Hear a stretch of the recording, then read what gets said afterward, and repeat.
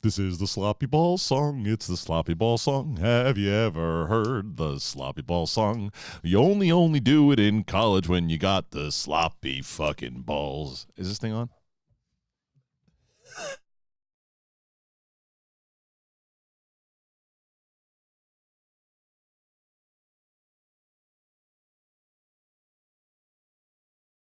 Oh, shit. Here we go again. Beef and balls. Balls and beef and beef. Shoes and beef. Shoes and beef and beef. Shoes, beef and beef and beef. Beef, shoes and beef and beef. Beef. Welcome back to the SEN live show, Schmodown Entertainment. It's Friday. We're all cooped up here. First of all, the two idiots are back. Kate Mulligan, Brett Sheridan, there they are.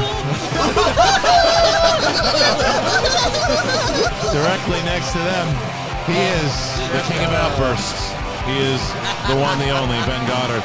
And the engineer extraordinaire, RB3. Hello, everybody. Welcome to see everybody. Welcome to see you on this Friday. Welcome to see you. Welcome to see you, everybody. It's the 17th. It's nice to have you here. It's going to be a good show, fun show. I got a special guest calling in here at around 11 o'clock our time. The former UFC welterweight champion of the world, Matt the Terror Serra, is going to be calling in. We're going to talk to him. I've been texting with him yesterday. First time calling into SEN Live, so excited to talk to the champ. Yeah, man, we have a lot of cool shit we're going to go down. We talked about, we saw yesterday, Taika Waititi is in talks for the Star Wars movie. That's going to be a big topic of conversation today.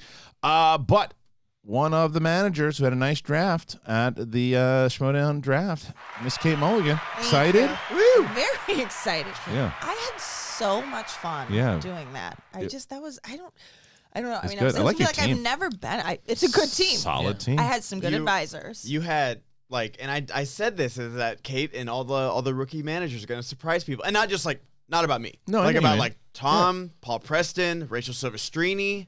You got Silvestrini in a steal. She went late. Well, I have to say, so I was saying this to her too. I'm like, that's so crazy because I had her. So basically, the way I had organized everything is you had sent us a spreadsheet of everybody that's available, and then I had sorted it by league. Yeah. And I was like, okay, and I sort of scratched out people I knew I wasn't gonna get. And Anyway, so I was I'd made all my notes and I had put them in the order. I looked at what Frank had said. I looked at what you and I had talked about. I put things in an order, and I am putting my face on the smart. day. So I print out the list. Yeah. And I leave. No, I have. Oh, okay. I had only the first page. So I didn't have the list of any of the rookies. I didn't have singles at all. Oh, no. And I knew, and so it wasn't until I was at some point I said to you, I'm like, wait, it's is Silvestrini? Because I saw her. I'm like, is she still available? Was it round 5 or round 6? It was 5. It's absurd that she 5. went that late. Super absurd. She you know what it was? I think it was because she was on Devon Stewart, I think, is one of the funniest dudes and most entertaining people ever. Terrible trivia player. But he's so entertaining. That's why he stuck around for so long. Right. Because he's so good. And Brett, you should take notes. Yeah, I was going to say, you're basically describing pretty much me. He is, but he's super entertaining, really talented guy. But and she carried the team. She carried the team. He had a good Will Smith category at one point, but for the most part, she carried the team. And because they were 0-2, people forget she had a loss against both Paul Preston and Roca. Which that's a tough thing to start with. Yeah. And she fought. She almost beat Roca. Roca had Roca hit his 5. had his 5 pointer. Yeah. So Silvestrini was an absolute steal. Yeah. When you got her, I know. It's a good team.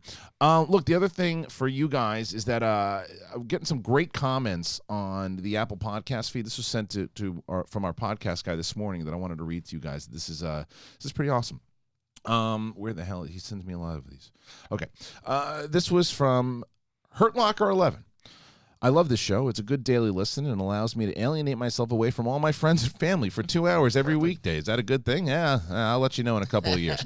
Keep up the great show, y'all. So fun things like that. Go on over to, if you're watching right now, it would be so very nice if you went over to the Apple Podcast feed of SEN Live and give us a rate and a comment. It helps tremendously. It gets us, we went from, I think it was 200 to 30 in the rankings. So if you can do that right now, you can probably get us to 1. All you got to do is open up. And someone asked me, look, yesterday, they're not patrons. They don't have it. They can't Streamlab. Open up that tab and go to Apple Podcasts. 5 stars. That's it. 5-star and leave a rating. That helps. So if you can do that, that would be tremendous. Let's get into this Taika Waititi thing because this is a big thing. Ben, I know that the report kind of came out yesterday at some point. What's the deal? It's just What's the deal? What's the deal with Taika Waititi? I mean, come on. Is he doing a movie? What's he doing? I read the whole thing, but Is he get me funny, caught up dramatic? on it. What is it? Did you read the whole thing? Oh, I read the headlines. But how much retention do you take from it? I just try to get like the bullet points and stuff like that because again I don't give a shit about any of this stuff. But no, I know I have actually been doing a lot more than I used to in the past. I know. I read the articles and stuff like that. Well, and also because you love the Mandalorian and he's been involved heavily in that. So that's, come on, Brad, look at him. And that's the thing is that it's very, very early. It just says he's been approached by Lucasfilm to possibly do a Star Wars movie. And that's the thing with Star Wars movies is that they're so up in the air. We have all the series set in stone, Obi-Wan, Cassian. Cassian. Cassian's not necessarily set in stone. I mean, it's been announced, so I guess you could say that, but we don't know. But there's other series that are rumored. Yeah, we got Clone Wars, Mandalorian season 2. Right. So, but the movies, they say there's one coming in 2022. We don't know if it's Feige's. We don't know if it's Rian Johnson's trilogy, if that's happening. The High Republic. The High Republic. So we have all these, and I'm really excited about this because right now, for me, this guy has not missed in any genre he's done, and he just got nominated for Best Picture. Yeah. Should have been nominated for Best Director, in my opinion. Not taking anybody out, like you were saying, but adding. Adding. Yeah. So what do you guys think? Would you want to see this, or... Well, I titled this thing, Why Taika Waititi Doing a Star Wars Film Can Save the Franchise. Now...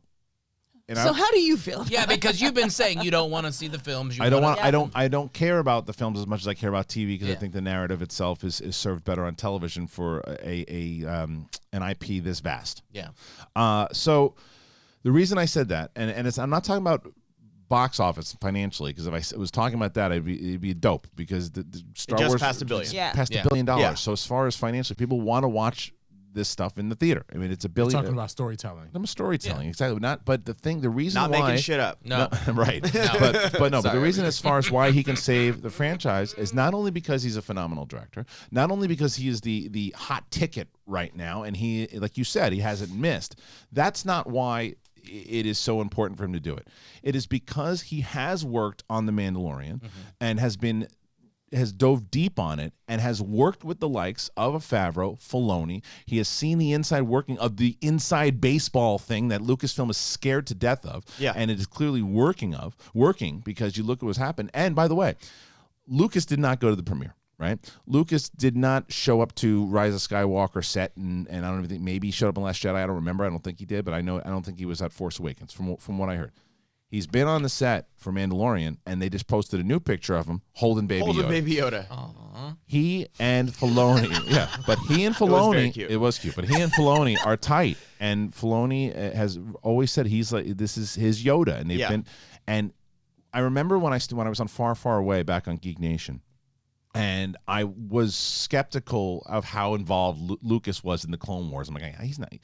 We had writers on. We'd heard he was in the writers' room every day. He was really? there. Yes. Oh, wow. He was there all the time. He was involved, and him and Filoni, he would give everything about the Force and the storytelling. Filoni took in, and that's why I've been such a fan of Filoni over the years. Yeah. Taika has been working close with him, and you can see it. You can see it in his performance. You can see it in the way that he directed the season finale.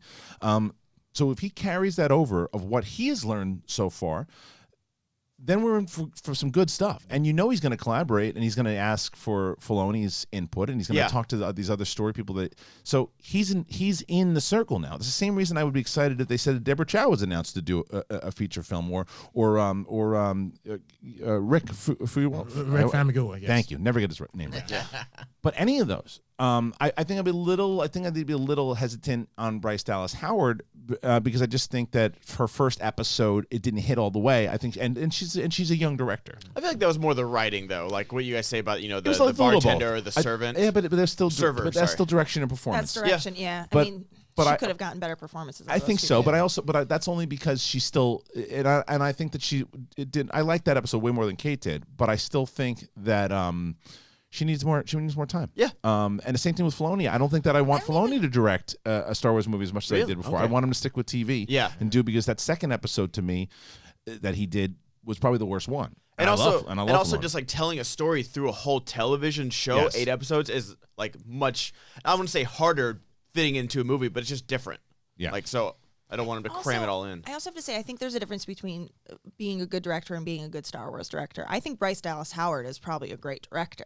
I don't know. I don't. Good at pops. I don't. Just ask Ryan Johnson. Yeah. I was gonna say, I was Exactly. literally just gonna say Ryan Johnson's that's a perfect Ryan, example. exactly. Ryan Yeah. Johnson's a perfect example of that. So I think it's smart if Star Wars finds somebody through Mandalorian or through like Deborah Chow or whatever Right. that they're a good Star Wars director. And Taika Waititi's already done sci-fi Totally. basically with Thor. Well, yeah, Yes, but yes. he's sci-fi fantasy. And I told my son that too. I yeah, go, no, just make sure don't you say get it. that Don't, right. it's not science fiction. It's sci-fi fantasy. But either way, like and I would actually have been more hesitant had he not been as involved in the Mandalorian because Yeah, for sure. Because I'd be a little worried about that he's just going to do kind of a standalone Star Wars movie. I'm like, okay, it'd be fun to watch and let's move on.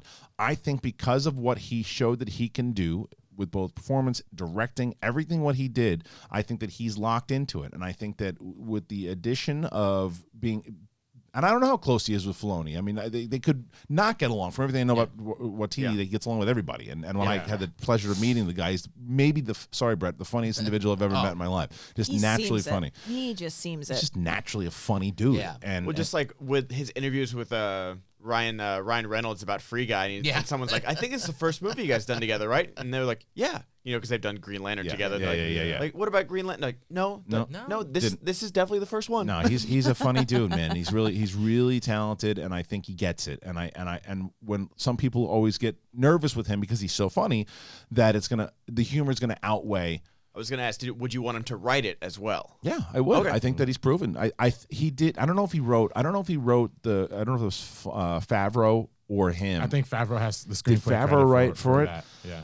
I mean, I don't know. It depends on what he wants to do, what story he wants to tell. Yeah. You know what I mean? It's like But I'd imagine like he had to have some contribution with that opening scene with the stormtrooper, Right, yeah. and the Yoda stuff. Now that kind of stuff, even though I think it's a very funny scene, like I do worry about Star Wars getting too much of that because I was worried when that episode opened that was going to be the whole episode. It was going to be too jokey. If that was the case, it would have annoyed me, but it didn't. It opened up. It was okay. It was a Saturday Night Live bit. Yeah. But it worked, and then we just got into it. And when we did, it furthered the story, and he took it home. So I think that this could be great for Star Wars. So is the Star Wars, the 9? Are they? Is this done, or is there talks? I mean, is it Right now? Right? You mean like continuing on? Yeah, like or is it just going to be other side? They stories need to now? go other side stories at this point because they're not going to now. Eventually, in 10, 15, 20 years, do they do episode 10? Possible. Yeah. Stay away from it right now. And Stay also, away it from feels like the actors are done. Even Yeah. if they wanted to do episode 10, Right. like Daisy Ridley, Oscar Isaac, and John Finn, Boyega. John Yeah. Boyega. Thank But you. come back to them in Just like- 15, 20 years. Yeah, they could. An actor's career is hard to sustain for that long. Yeah. Yeah. So if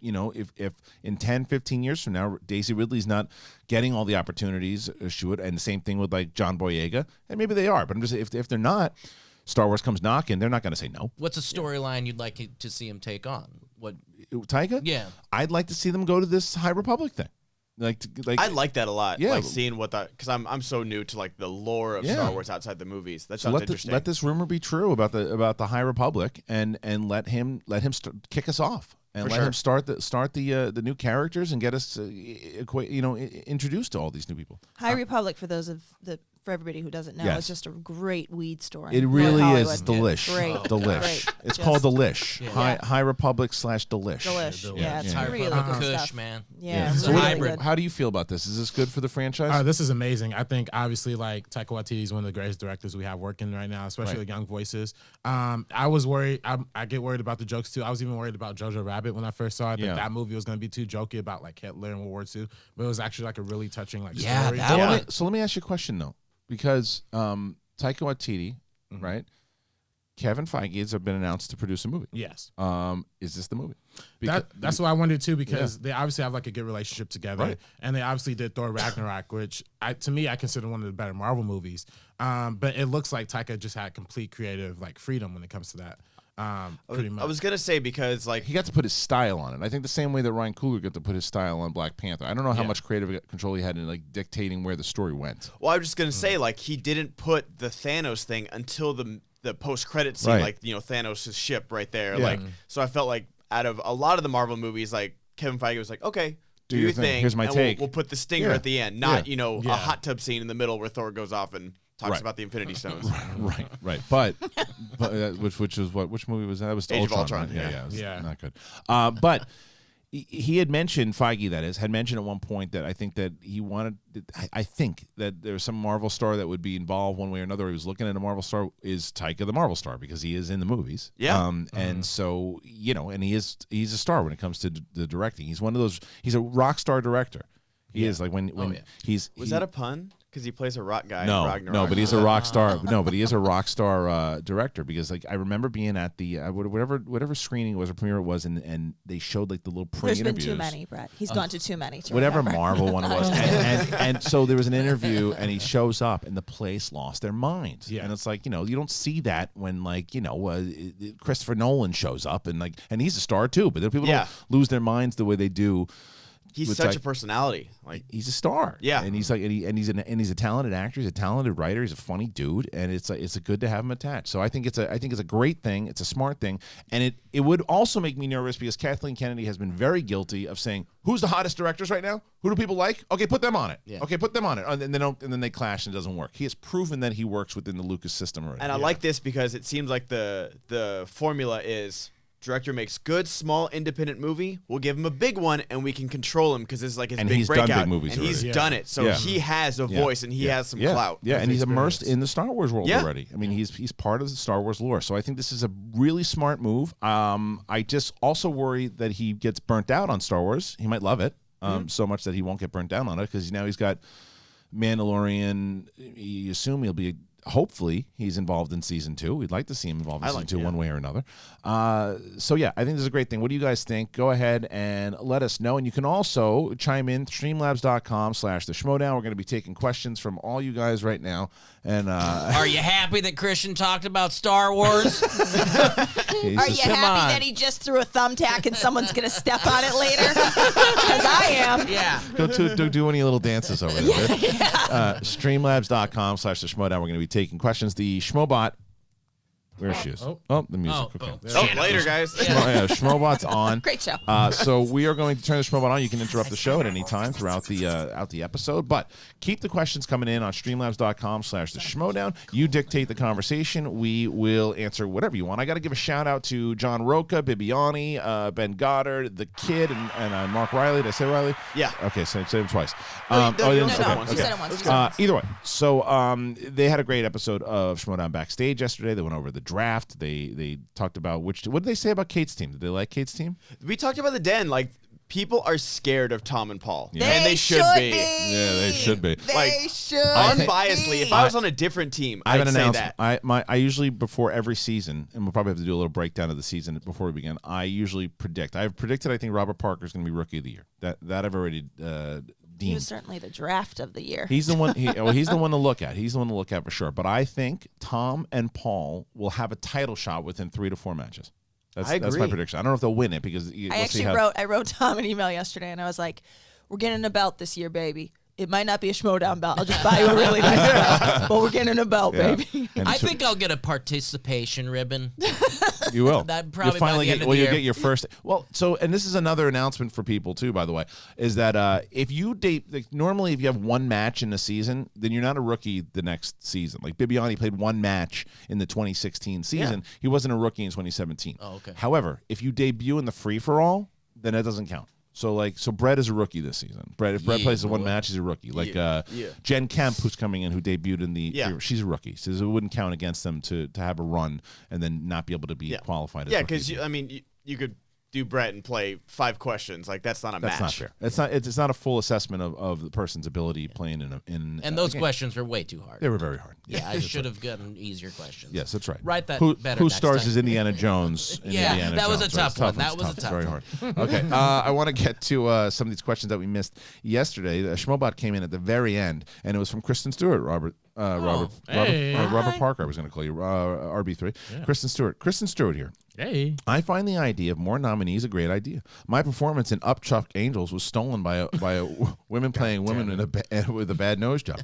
It's been said that I'm the actor of the decade. Also, please go watch me drown underwater. I think that one did come through. That one did come through. I remember hearing it as the music played, but I don't know. I can't remember what it said. I don't remember. And then we had a whole. I don't know. Maybe it was Jay Boogie. No, this is the last one. Sorry, that one was just fun to read again. Jay Boogie, Kristen Stewart here. To fuck with me. That's right. Are you telling me to get an Oscar nod, I must play an old drunk on the yellow brick road? I make. That's not nice. No. I make fine art. Ask these ladies if they could play the love interest in a shimmering vampire while being chased by a werewolf. Talk about OPP. Jay Boogie, you son of a bitch. Son of a bitch. And then someone asked, did you ask this already on backstage yesterday why we had Brendan look like Edward Furlong? And, I asked him that. He just laughed it off. Yeah, because it's Brendan. He scared the shit out of my wife yesterday. The kid did. Yeah, because he had to hit an audition. He had to run to go to the bathroom. So it was locked. So he goes around the side. He knocks on the door, and my wife goes, "Ah!" She didn't know anybody was here. He's like, "Oh my god, I'm so sorry." No, I did that. You go, just go in the house, and I go, Sadie, and she's like, "Ah!" Oh well, she's very excited. You did say Sadie in a very menacing way. Sadie. I don't know why I thought I needed to bring my voice down or something. Yeah. This won't scare her. Sadie. Put the lotion in okay, so do we have? Sadie. Did you? Let's see. What was the last? I want to make sure that we have the last question. The last one was about Brandon. That was the last one yesterday. Yeah, that was the last backstage. All right, I have to look at that. Let's start with Willie the Bull. I was the one who started the Betty White comments. While I still think they're funny, I understand how it might have been too much. Sorry, Christian's mom. In the future, I will refrain from any mention of sexual activities with non-engaging celebrities. Thank you so much, Willie, for being such a just quality human being. Timothy R. Williams. Oh no, John wanted to ask Roca if he's ever asked Mike Vogel or Shannon McClug being part of the Schmodown. I asked Mike Vogel to be a part of it. We read that yesterday. Oh, you did read that one? Roca talked about, yeah. Okay, well I don't know. That was the Betty White came in. I guess you didn't read it. No. Z movie guy. I know I'm a few days late, but my LSU Tigers killed it this season and brought back that championship to Baton Rouge. Band plays neck Tiger fans in unison. Suck that Tiger. Blah blah blah. Bring the Schmodown to the Bayou. Y'all the best. Yeah, we want to definitely come. Gotta do that. I'm telling you, you got a place to stay. New Orleans, I get into a lot of trouble as a I've never been. I'd like to go in a good way. Oh, it's great. Yeah. Back. I mean, yeah, you're younger. It's fun. Go for Mardi Gras for you. We can't do that. Yeah. Well, no, I do the family Mardi Gras. But that's bullshit.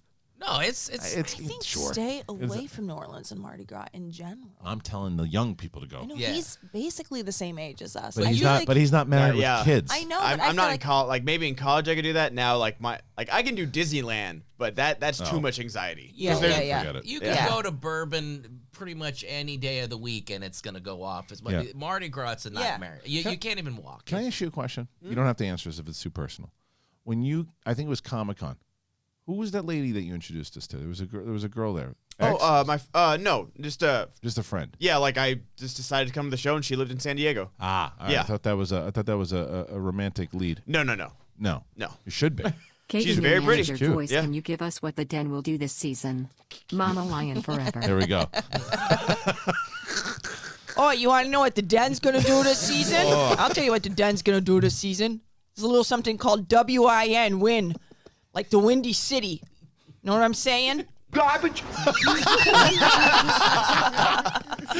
You know what? To be fair, we had a conversation about it too. Like for anybody watching right now knows you.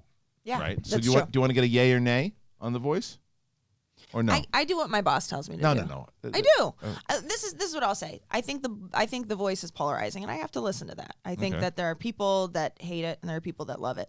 I tried something out. All right, let's do. If the consensus is it doesn't work, it was very funny. I do have to say, I think there is a difference to something happening live and something that it's like improv. Right. Improv is amazing live, and if you watch a recorded video, you're like, why is everybody laughing so hard? Because there's something about the moment, the energy. Exactly. Yeah. Well, let's. So what? Sorry, I don't mean to keep. But what I'm saying is that I don't think. But I have to bear in mind that if I'm fun in person, that may not translate, and so I have to do something that's gonna. Well, they're doing it anyway right now. Yeah. So it's right now. It's mixed. It's mixed. Yeah, it's mixed. It's very mixed. Yeah. It's So I don't know. Maybe meet in the middle a little bit. You already have that, a little. Chicago time. flair. Yeah. When you told me Emma's stepping down. Do you and Grace want to step in? And you did it within like a week and a half, 2 weeks notice tops. Right. Oh, yeah. You told me on a Thursday. Right. Because I remember because I was packing to leave the next day. So you told me on a Thursday, and then a week goes by. It's the next Thursday, and then 2 days later. It was a week and 2 days before. So I tried something out. And to me, you said to me I was going to be a heel. And so I'm thinking of all of these. I don't know. Like, that was my instinct is like, True. that's what I didn't do, which is my fault, is normally what I do. And how would you know this? You haven't been involved in the show yet. What I like to do first is develop the angle of how we get there. Because what I told Kate was that when you get someone like Tom, who the audience didn't know who the hell he was before. So he comes in with the hood over his head. That's the first time they were introduced to him. Yeah. The audience knows you. So when Kate's doing it, they're like, why is she doing that accent? As opposed to coming into it, if you came into it with that accent, that's just who you are. Yeah. Now, Rocha is a heightened version of himself. Grace is a heightened version. I mean, they're not, Andrew Guy is a heightened version of himself. That's really Andrew Guy. But he's he's a good dude, but he can turn it on. Yeah. And when he does, he goes to 300% when he's doing it. So, and I love it. The thing that is tricky about me is that a heightened version of me would be I just can't. I have to be acting to be healed. but you can still act with putting, and there's ways, there's absolute ways to do it. And we're gonna figure it Chris, out. I'll after figure it out. almost 2 years and new evidence has come to light, will you comment on the Andy Signore issue? He has said things on his new channel saying that he would like to talk. Is this something you would do? Why or why not? Love you guys. Fair question. Look, I'm just going to say this because I've been asked. I don't want to. For me, this show's about comedy. I do and I've talked about it once. That's it for me. I'm just going to have fun conversations here. We laugh. Anybody who wants to do whatever they want to do on their channels and talk about whatever they want, they should. And they should do, if they want to build out their channels and whatever they want to do, whatever they want to talk about. I am not doing that kind of stuff anymore. I am here laughing, talking. That's what I want to do. I don't go heavy into politics. I don't go into the big social issues anymore. It's not what I want to do. It's not what I want to do. And I have, I just want to have conversations last, my friend. So I wish everybody luck, whoever's doing whatever they're doing.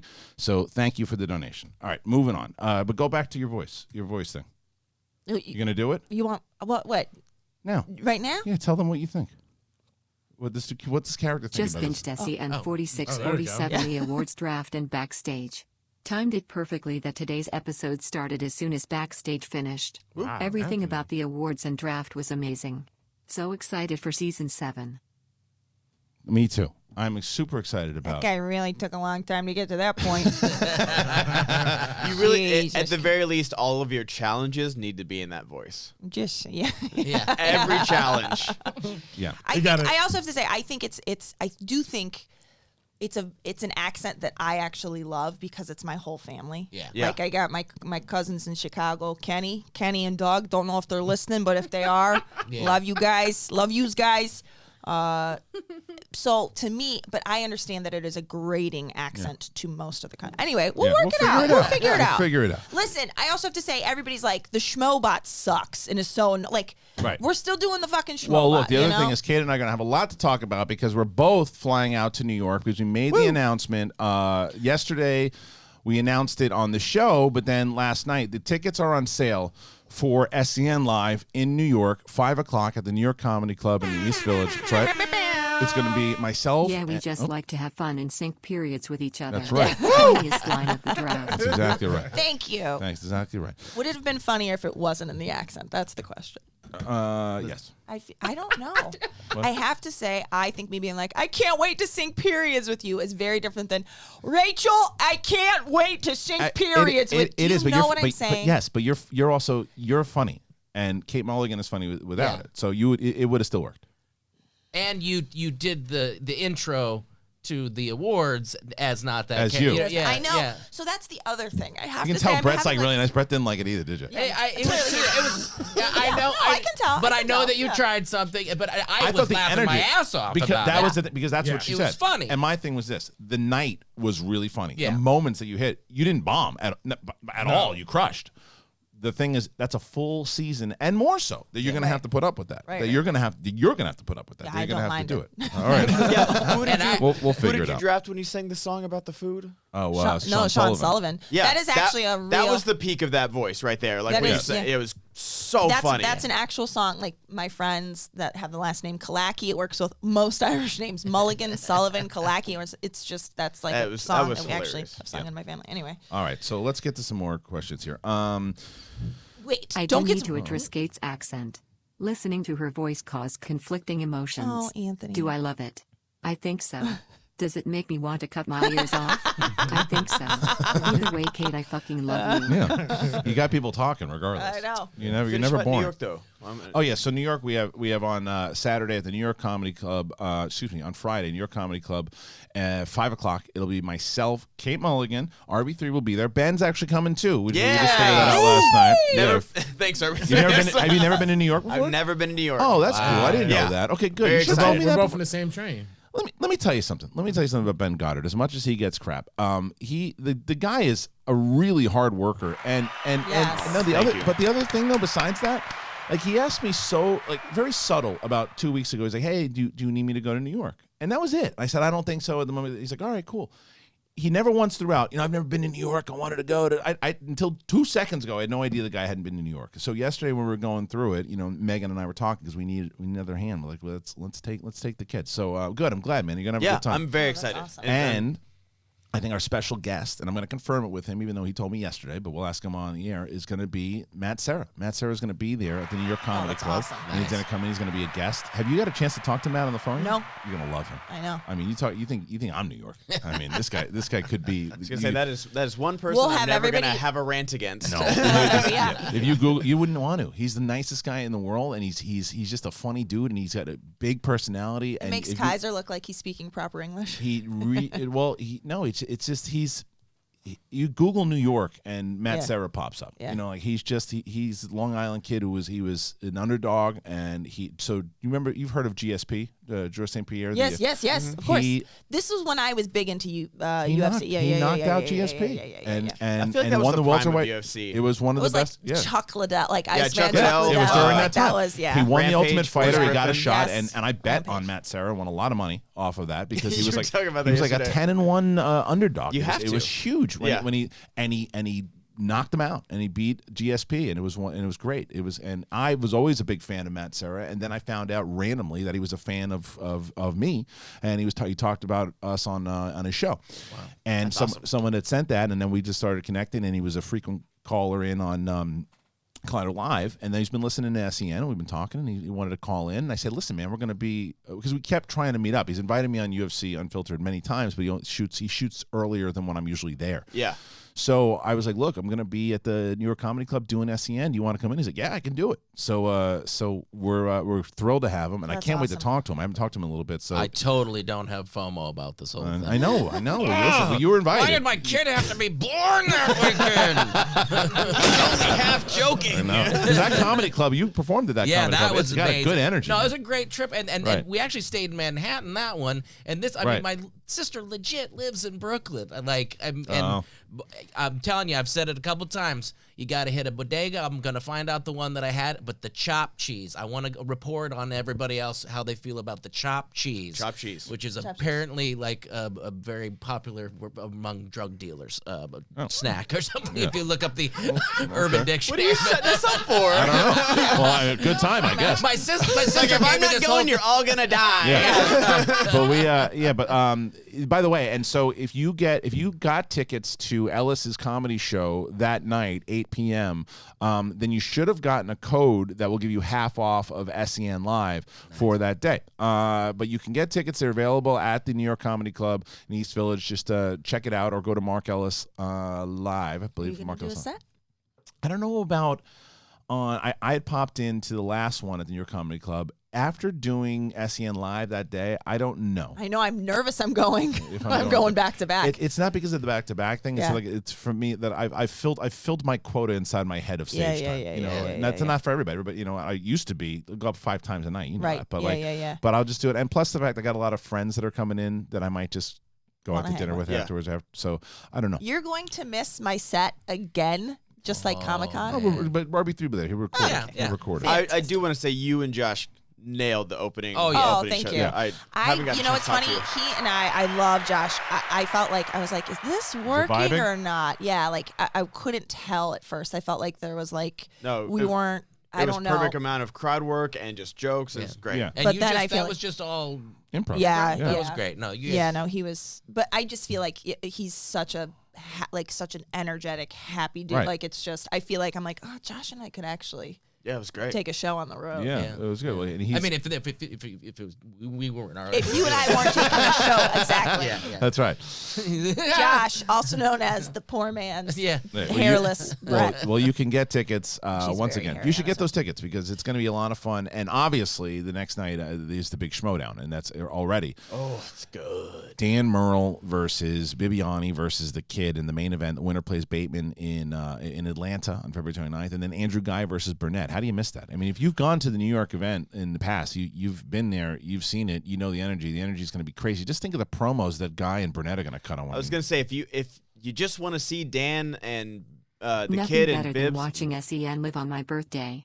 Hey. More importantly, it is the legend Betty White's birthday. It's actually really funny. That's 98 really years funny. young and Saw still that. getting it. She's 98. crazy. Holy Yeah. shit. Good for her. And happy birthday, Yes. Happy birthday. Put a Joseph. bunch Both of of you. animals on this, and we're talking to you guys, the Streamlab people who have turned the great Betty White's birthday into a bit. Yeah. No one's safe. Unbelievable. Okay, so we're really looking forward to being in the Big Apple next week and excited to see all of you there. Come see us, whether it's at the New York Comedy Club or the Schmodown. Hopefully all of them, because it's going to be a hell of a week, and the season starts January 25th. All right, going back to Streamlabs here, ladies and gents. This is Porg Hub. I like that name. It's really funny. It's really funny. That's really super funny. funny. I'd be very surprised if Pornhub doesn't do that on May the 4th. Porg Hub? Yeah. It's really good. Just my 2 cents here, but Bane and Revan being part of the High Republic movie would be huge timeline shifts. There's no chance they're going to be part of the High Republic movie. If characters only read about show up, I'd guess Tenebris discovering Plagueis, even though that is also a timeline shift. Yeah, Plagueis wouldn't make sense because they did connect it with Palpatine in the trilogy. So, but I don't know how they're going to do it.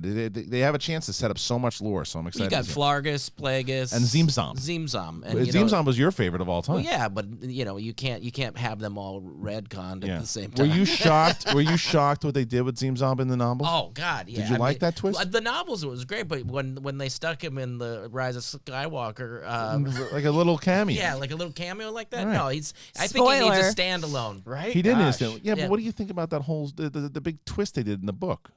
Yeah, not on my watch. Twisting it around like that. No. Perfect. Josh 97 HD. You said Thursday SEN Live to check out the Schmodown draft. If you haven't watched any of the Schmodown, I can say that it was my first time ever watching anything Schmodown, and I loved it. I wished I would have started watching sooner. I've been watching you since 2014 on Collider. Yeah, it's so funny, but thank you, by the way, for saying that. Yeah. For some reason, and it's what I noticed, like people like, it wasn't a matter of tuning into the Schmodown going, nah, it's not for me. People just refuse to watch. Some people just said, I'm not watching. I don't know what this is. I'm not watching it. And this guy who watched the draft for the first time now wants to go back. And you can go through all the seasons. They're all on this channel. Seasons 1 through 6. RB3 actually just uploaded all the seasons from 3. Excuse me. Yeah, 3. I think 3 all the way through 5. Yeah, 3, 4, and 5. 3, 4, and 5. So they're not public yet, but what I'm going to do is I'm going to I've make. been a Patreon since day one and Thank love you, how the Toby. league is getting Nice. bigger and better every year, so a big thanks to all the work you guys put down. And here's to hoping for a Moral Bateman title match in Atlanta and the Wild Berries uniting. Yeah, we'll see. I mean, it's not going to be an easy task for Merle. I No, gotta. it's not going to be an easy task for the Wild Bears to reunite either. No, I don't think Shannon's going to let that happen. Yikes. I already know. I can say this. That was the best move of the whole draft. Yeah, it was. But I'll make an praise announcement. I'm I'll make an gonna announcement clean here. your glasses while you make an announcement. It's driving you crazy. All right, I'll make an announcement here. This is something that is breaking my heart to do, but I have to do it because I talked to Shannon and she already wants to do this. Dewberry versus Makuga is happening. Absolutely. Yeah, Dewberry versus Makuga is a match that is happening. Who's gonna take that? It could go either way. It could go either way. Yeah, I've been watching the old matches, and Josh surprises some people. Josh hits something that he knows. I mean, Yeah. he beat me. So it's it can go either way. And Dewberry knows his stuff, so it's Come on, hey, let's not even disrespect Makuga, all right? Team Swag is coming in. It's gonna be the easiest W I think we're ever gonna. Makuga's a seasoned veteran. Who do you? So you think Makuga's gonna take him out? I know he's gonna take him out. Yeah, but but doesn't it break your heart to see them go after? It does break my heart. It breaks my heart. It breaks my dear heart. You got your own match to worry about there, buddy. Are we starting it up? So I guess I'm here for it. 2 more confirmed matches in the season. Will be RB3 versus Ben Goddard. Nice. So you'll have another swag match. Ill-advised. Another swag match versus the Den, and then you're gonna put the Den one more time. They're gonna go up against Corruption because Brett Sheridan will make his debut against Bonnie Somerville. Against Mike Kalinowski.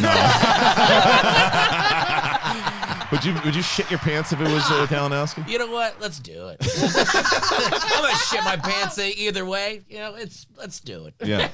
So this is. I'm just gonna have fun, and that's all that matters. That's good. I can see. Yeah. Oh yeah, That's good. I gotta Know say the about film. the people watching the awards, and you were saying about me is like I became a bigger fan that night.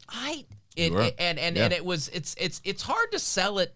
Telling people. Yes. Every time I try to explain it, it's people go, Right. Like, I was talking about this last night check with it my out. wife. Yeah, it's like, well, they say like, what's it, bar trivia, and it's not. No, it's like no. when you go and you like people. There were so many new fans in the audience that night, and I can't tell you how many people came up to me going, I didn't know what this was. My friend took me. I'm hooked. I want to watch all the seasons. Yeah. Where do I go? And I was like, yeah, absolutely, go and check it out. And the draft got people into it. So I'm glad that the draft got you into it. And now you get to root for your teams. And people have been asking about the shirts for the teams. They're coming out soon. We just have to. We're working on it. So this is the season to get into it, guys. I do want to know, follow up with that guy who Josh and I both drank his beer. Yeah. Did you get the stomach glue? I know, maybe. Yeah. Real question. Blake. Because I did 2 days later. Blake says, just wanted to buzz in and say hi. Oh, I just caused Jose Altuve to swing in a slider. It's really good. Hashtag cheaters. Thank guys. Get it. Love it. You see, Brett, there's a big scandal in baseball going on right now. Yeah. Oh, I saw a casino cut where they put a couple baseball guys. But what a bunch of pricks. What a bunch of pricks. Like the Yankees could have played the Dodgers, man. Yep. Yankees could have played the Dodgers Twice in the World for Series. 2 years. That's crazy. It's crazy. It sucks. Because the whole when you look at it, and look, I don't like Max Kellerman. I don't like him. I think he's a pompous guy. Mm-hmm. But I have to agree with everything he was talking about when he was talking to Stephen A. Smith. This was back in November, and he was talking about how the Yankees. They were smacking the piss out of Houston. Yeah. When they were at Yankee Stadium, they were just beating the piss out of them. Then they go to Houston, and then suddenly bang, bang, bang on the drum in the back, and you know what pitches are coming. What a bunch! I mean, how the players should be getting all the scrutiny because you should have been like, no, like you were doing it too. So exactly, it's like, no one was like fighting against it or anything. Like it's horrible. They should absolutely take away that championship. Yeah, they should absolutely take it away. I feel like they just gave it a slap on the wrist. Like take away that title. You should take it away, and you do not deserve to be. You didn't win. You're not the champions. You're not the champions. You didn't win. You cheated to beat both the Yankees and the Dodgers. You're cheaters. Mm-hmm. It's awful. It's so crazy. And I was wondering. Remember on Collider Live, I was saying it. How for some reason, I don't know why it is, I really start to hate the Astros. I was hating the Astros, and I was like, oh, it's because they're beating the Yankees. No, because they cheated. They're cheating scumbags. That's why. And now, see, Boat, you know it, because I got one text from Boat yesterday who sent me a gif of the Astros winning the championship because he's a heel. But like he knows it. He knows. That's awful. There's man. no argument for it. Like there's no like, oh, but no, you can't. No. You can't defend it. There are no Astros fans that have come out and go, oh, you're just being butthurt because you're Yankee. No, because they're scumbag cheaters. Yeah. And by the way, like the people are referring to, like comparing this to the Bill Belichick situation. This like, is way worse. Way worse. Way I was gonna worse. say, like, teams find a way to, like, push the boundaries. This is literally signaling before someone is about to swing the bat of what pitch is coming. This is like cameras in the air. By the way, somebody says that Altuve is going to get hit in the ribs by a wild pitch so many times this year. And the thing, what is it going to be like for these players? Yeah, like you know what I mean. Mm-hmm. Like how is that going to? I don't think they even thought about that. No, like, no one's talked about that. Like But now that the scandals come out, how is that going to be when you're playing against other teams now? Especially when someone flips a bat or jogs around the bases on home run, they get drilled. Right. Let alone cheating to a ring. Right, and this thing is huge. It's like this is going to taint their legacy forever because Has there been a lot of talk about getting to because last year it was weird. They certainly didn't do it last year because they lost all their games in it was mostly about the World Series, right? Yeah, well, last year was the World Series. They lost all their games at home, and they won all the ones on the road. Yeah, someone from the Red Sox just got fired because didn't they go over Mets? It was Beltran. Beltran was that's right. Beltran, and I think Red Sox also. But Beltran was hired to be a coach, and they fired him before the season. And shout out to Jen Sturger, by the way, who actually on her podcast had predicted that was going to happen, and they gave her crap saying that it wasn't that wouldn't happen before the season, and it certainly did. Someone had that Simpsons gift to put his face on the grandpa where he walks in, puts his hat down, sees Bart, picks his hat up, and walks right back out. Get the hell out of there. Yeah, I mean, I don't even know why all those players in that team. All those players that participated in that World Series, they should all be suspended. Yeah. They should all be suspended because they knew. They were listening to the thing. They knew that the banging meant that it was coming up. So that whole team should be suspended. Anyway. What happened to the White Sox in the... Because was this in the 1918, last? right? Yeah. That's right. The Black Sox. Shoeless Joe Jackson couldn't play baseball anymore. He was kicked out of baseball. I know. I was Kick gonna him say out. this seems like just as big a Get rid scandal. of him. Yeah, they did. Maybe not. But it absolutely was because you think about it this way: they threw the series. They threw the series. But it's still as bad because the other thing is that gambling is a lot of it's a lot of people's income, whether or not you morally agree with it or not. It is, and in Vegas, Michael Jordan. Do you know how much? Do you know how much money? You know how much money they cost gamblers who are going out there who are spending money. That's like their entire livelihoods. They sell their houses, cars, and they probably got screwed from it. And it's like, I feel bad for the gamblers. Gambling is legal in Vegas, so if they did it in Vegas, you can feel bad. You can feel bad for them. So they go in there and they think, okay, the stats say this, this, and this, and then the Astros. They defy, the odds here, and they do things statistically that they normally don't do because they're cheating. It's like this is bad. Pete Rose gets banned for betting on games that he's not involved in, but then. But it is still. There's still a lot of things coming down. This isn't over by a long shot. No. By a long shot. This is crazy.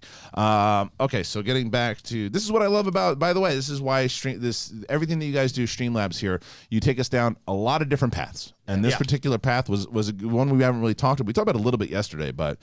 This is crazy. It was one of my favorites. It was your good one, right? Yeah. No, I heard there was a scandal. I didn't know what happened. Well, now you did. Yeah. Nico Suave Rigoli. Are you going to be? I'm sure. Nico, you going to be in New York tonight at 6 p.m. EST on the Combat Wrestling Network channel.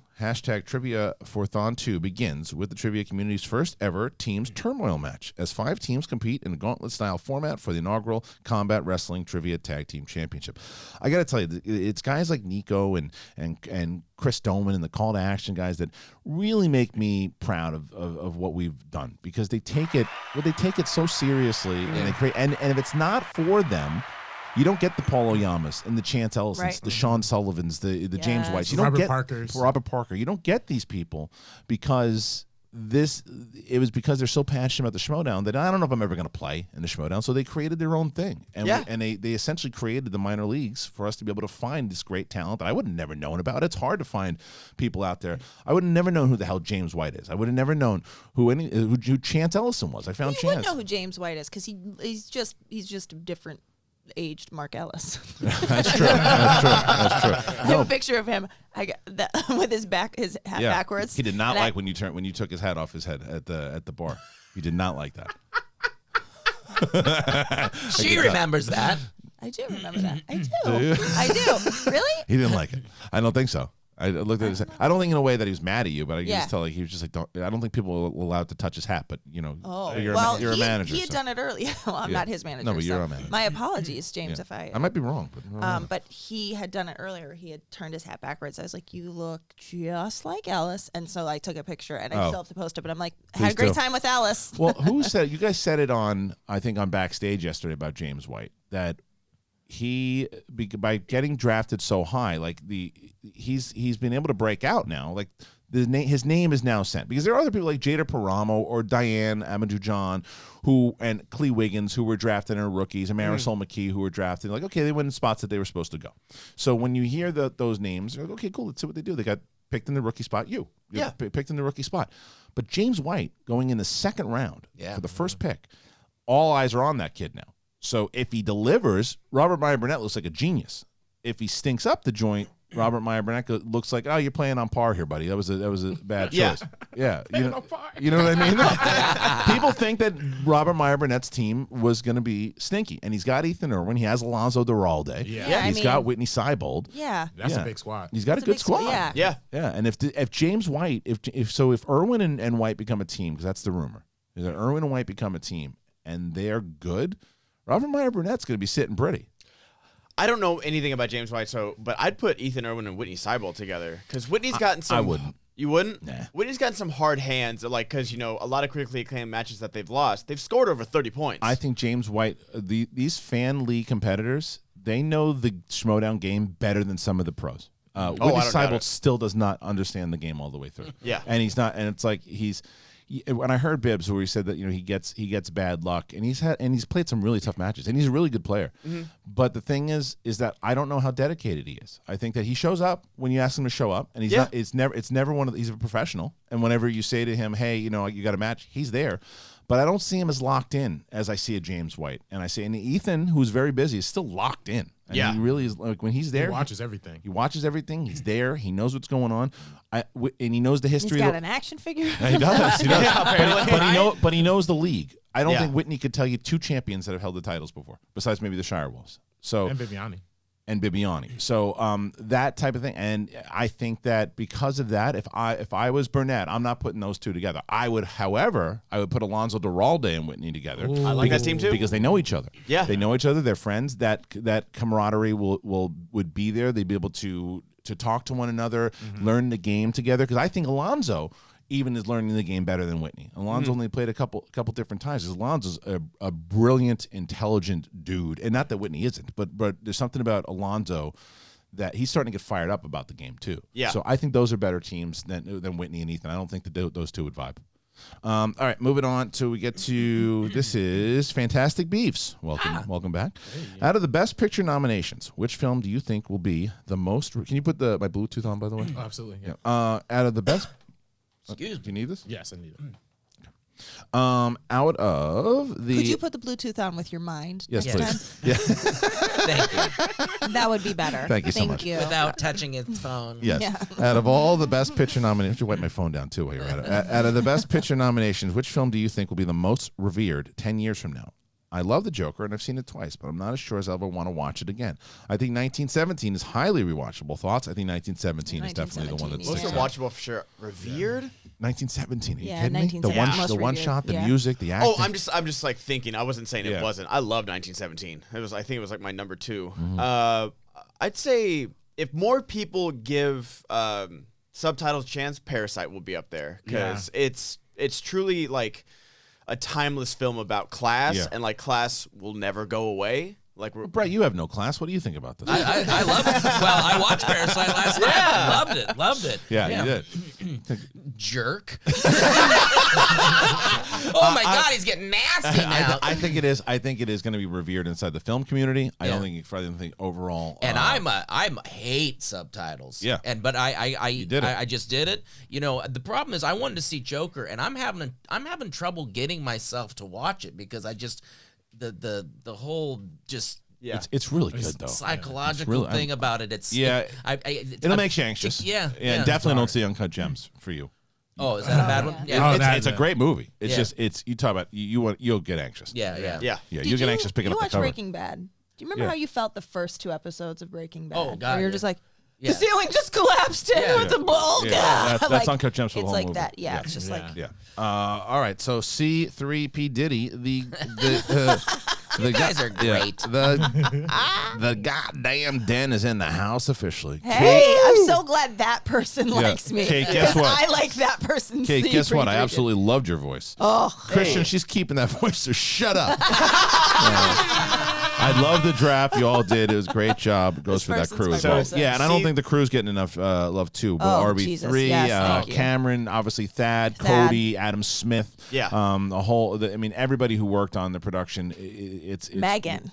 Megan's a God. superstar. Yeah. Megan's a superstar. She is. Megan makes the whole damn thing run without. And Megan and JP were both there, and they helped out. And our live event team was pretty phenomenal. Mirror BC, and the PJ. traveling. I got to say, going to these different places and watching these. I've been a part of it, but I mean, I do minimal. I'll hold a camera sometimes or set up some stuff. But like Thad has to come into a place and just like suss it out and go like, okay, we need cords. They don't have this. I mean, the shit they've pulled off on some of these live events, amazing. It's amazing. And you guys are great. I mean, I'm telling you, It really great is. crew. Yeah.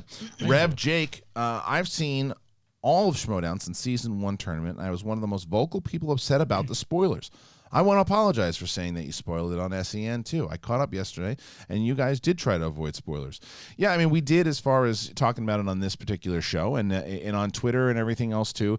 I'm not going to put handcuffs on people to say you can't talk about it because we're trying to treat it like a sport. Now, when you're on here talking and you hadn't and it just went live and you didn't have an opportunity, we're going to give you some time to catch up and watch it. But no, when it comes to actually live events and everything too, we're going to let the audience who's there and live streaming it and watching it and stuff, they're going to talk about it the same way, because what it did exactly what we wanted it to do. It built the hype around it, and people were really excited about it, and they wanted to watch it more, and they got into it. So it's just the way it's going to be. There's going to be spoilers this year, so you can get the live streams when the events are on, or you can avoid spoilers. That's kind of the way that we're going to do it, because I can't put handcuffs on people to not talk about it anymore, especially the competitors. They want to celebrate.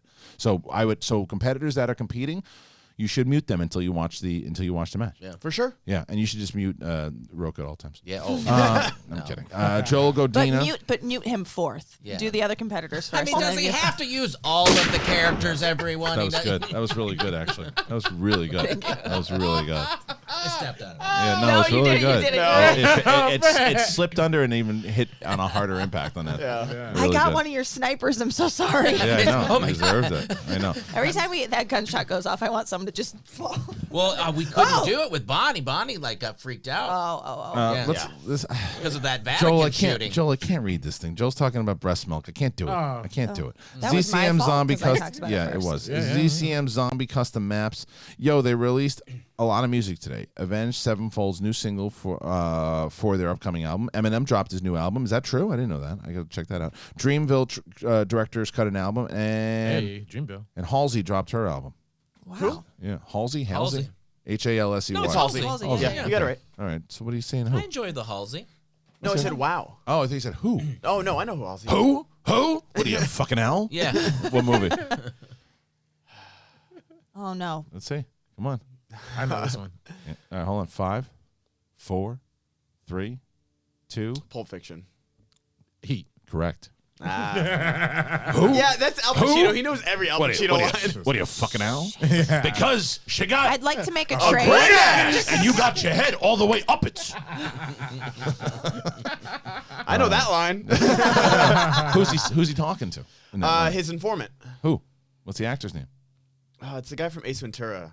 Fuck. Oh, Jim Carrey. RB3? I don't know that one. No, it's Hank Azaria. Hank Azaria. Azaria? That's Oh, it. I That's thought he was talking to the guy at the junkyard. He likes to have it pronounced Hank Azaria. I can go heat all day long. It's Azaria. like, when he's talking to Tone Loc and he's like, "Man, I get killed for telling you this shit." He goes, That's "You what get I was killed for thinking walking your doggy." it. Doggy. So good. Okay, so let's see. De Green Flamingo says, I bumped into a crocodile once and he smiled back.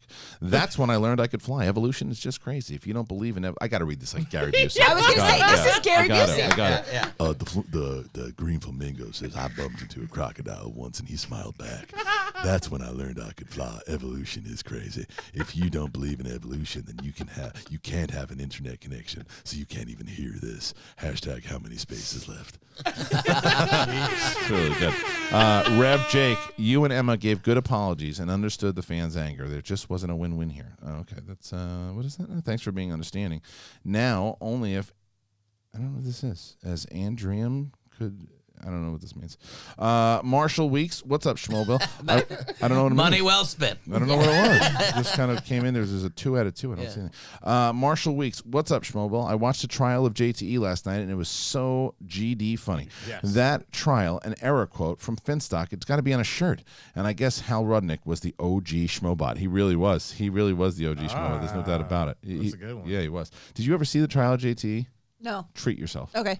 I will. It's maybe the funniest 30 minutes in Showdown history. we got to get that clip, that sound clip of him saying the trial and error. So he did I tell you about the whole? Basically, JT was playing Ellis, and he looked over, he glanced, and we thought he was cheating. So he had beaten Ellis, and so we put him on trial for doing it. For a half an hour trial.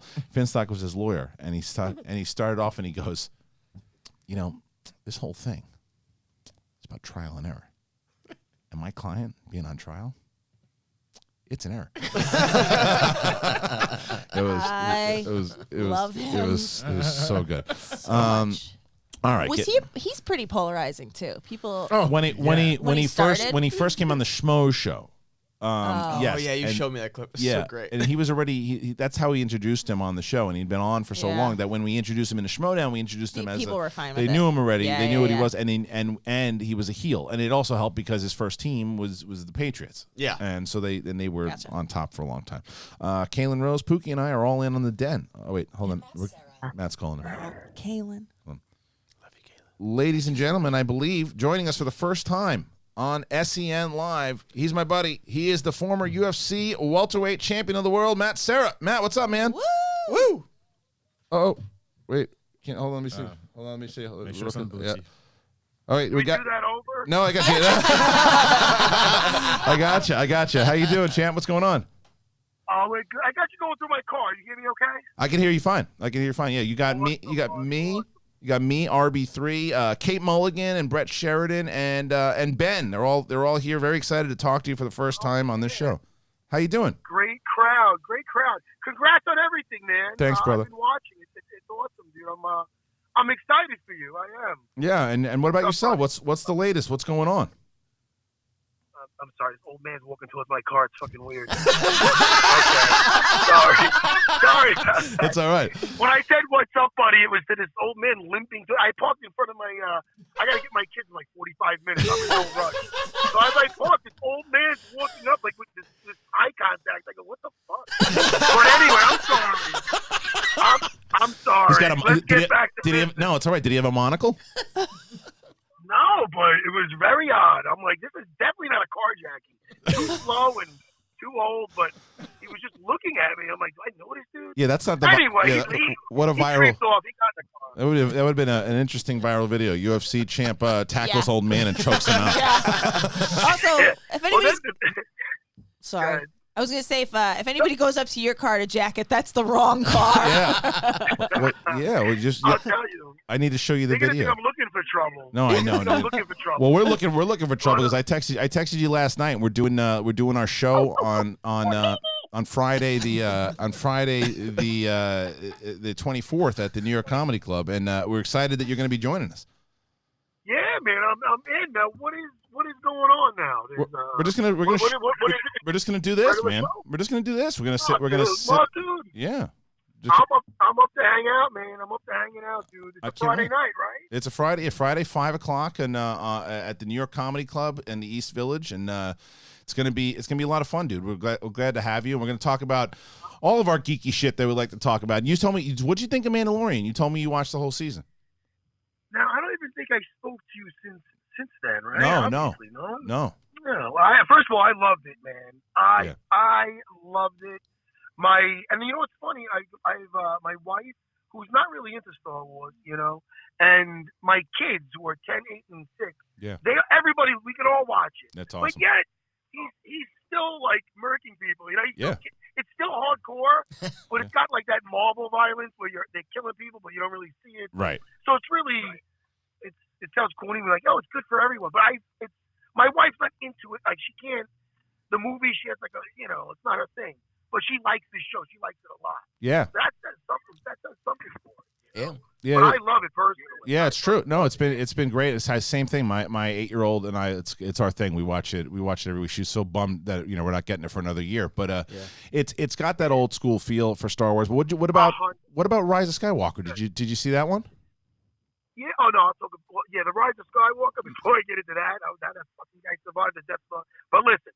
Before we get into that, the Mandalorian. Yes. What was I going to say about the Mandalorian? I got ADD like a mother. That's why you're perfect. That's why you're perfect for this show. Welcome. Listen, it helped me with my fighting. It kept me in the moment. You know? That's right. But but like the Mandalorian, what I love about it is like what I loved about that first Star Wars, like A New Hope. It didn't have like the most action or whatever else, but there's a few scenes like with Luke and the cantina, which they revisited in this, where like they meet Han and Chewie, which is just so fucking badass, and not even getting into the whole who shoot first. We talked about that. Yes. But that whole scene, the even with Obi-Wan being like, nah, don't bother with him, and he ends up cutting the dude's arm off, and just it's so cool. That reminds me, like that's the whole thing with Mandalorian. It's got that grit the whole time. You know what I mean? So I don't know. That's what I really loved about it. I think that's what a lot of people liked about it. Yeah, I think that's what got a lot of people in it. It felt. My big thing about it was that they spent like $300 million on all these movies and they can't get it right, but then they spend only $120 million or whatever it is on the entire season of The Mandalorian, and it feels like what we've been missing out on for since Return of the Jedi. I've seen people like even about some episodes bitching. Oh, it's funny. I don't think it was you. It might have been Campia. But it was, they're bitching. Oh, it's a feeder episode. Oh, first of all, calm down. It's fucking awesome. Enjoy it. You know what I mean? Enjoy it. It's a feeder. It led nowhere. Where's fucking Apollo? Calm down. It gets back to. It brought it back full circle, and I love the Bill Burr episode. Yes, with the dude from Highlander. Yes. Oh, yeah. I loved every bit of that. Can we do something, Matt? Can we make a video series, and I'll find a way to pay for this. What I'd like to do is for the entire Star Wars community that complains and yells at each other, that we can have you behind their back before they actually send tweets to see if you approve on the tweet, and if not, you can choke them out. Oh, that's hysterical. I've been off Twitter forever. Yes. Just understood. It's just too negative. But let me tell you, the Last Skywalker, right? Yeah. I enjoyed it. I enjoyed it way more than The Last Jedi, but I feel bad for J.J. Abrams. I feel bad because, like, he had to just go back and be like, all right, Rian Johnson really fucked me with this, and I gotta somehow Snoke. We're making a lot of Snokes, you see, and he's just trying to cover all the bases. It's like, and you know what? He did an amazing job with it. But I wish he would have done all three of those movies. Yeah, and we would have got a different third movie. Even though I enjoyed it, I didn't like it. Man, well, you know what? I was saying forever they should have used the Force to get that effing ice X-wing out of the water. Yeah, sure right. That's how she's off the island. That's right. I mean, really, Rian Johnson. Everybody wants to be a fucking artsy-fartsy M. Night fucking Shyamalan. Put the camera and they want that. Go ahead, Matt. I like it. No, go ahead. But everybody, he wants to be artsy, that guy, and I understand. Oh, we got that ooh moment. Oh, that's right. Oh, I didn't see Luke's fucking footprint in the sand. Oh, fuck you. Oh, my God. Seriously, Rian Johnson. You should have, listen. I like that guy. He should have fucking tried to make Looper 2 because he fucked it up. Did you? My mic's This is up. the only criticism of Last Jedi I've ever loved. Get your headset. Is it? Yeah. I mean, come on, man. Okay. I love it. Imagine Luke going out like just a samurai and he really shows up there. I don't like the way they take these liberties with the Force. I mean, I really don't. I mean, don't get me wrong. I mean, really, the whole Skyping through that shit and To be fair on him with that did come from like old school books and stuff too. He didn't make that up, a lot of that stuff, but no, listen, I understand. I saw Empire. I know he's Yeah. players in the fucking Falcon. Oh, we gotta go scoop him up. I get it, but dude, they're sitting there. They're practically getting a fucking second base, and fucking Luke walks in on him like an angry dad. Go fuck yourself. I am not gonna have a job after Brooklyn. No, it's true. Alone, I don't know. Yeah, no, it's good. I don't know, but listen. I liked a lot of The Last Skywalker, man. I did. You know, I mean, it was fun, but it was a lot of him. Like, first of all, I was really interested.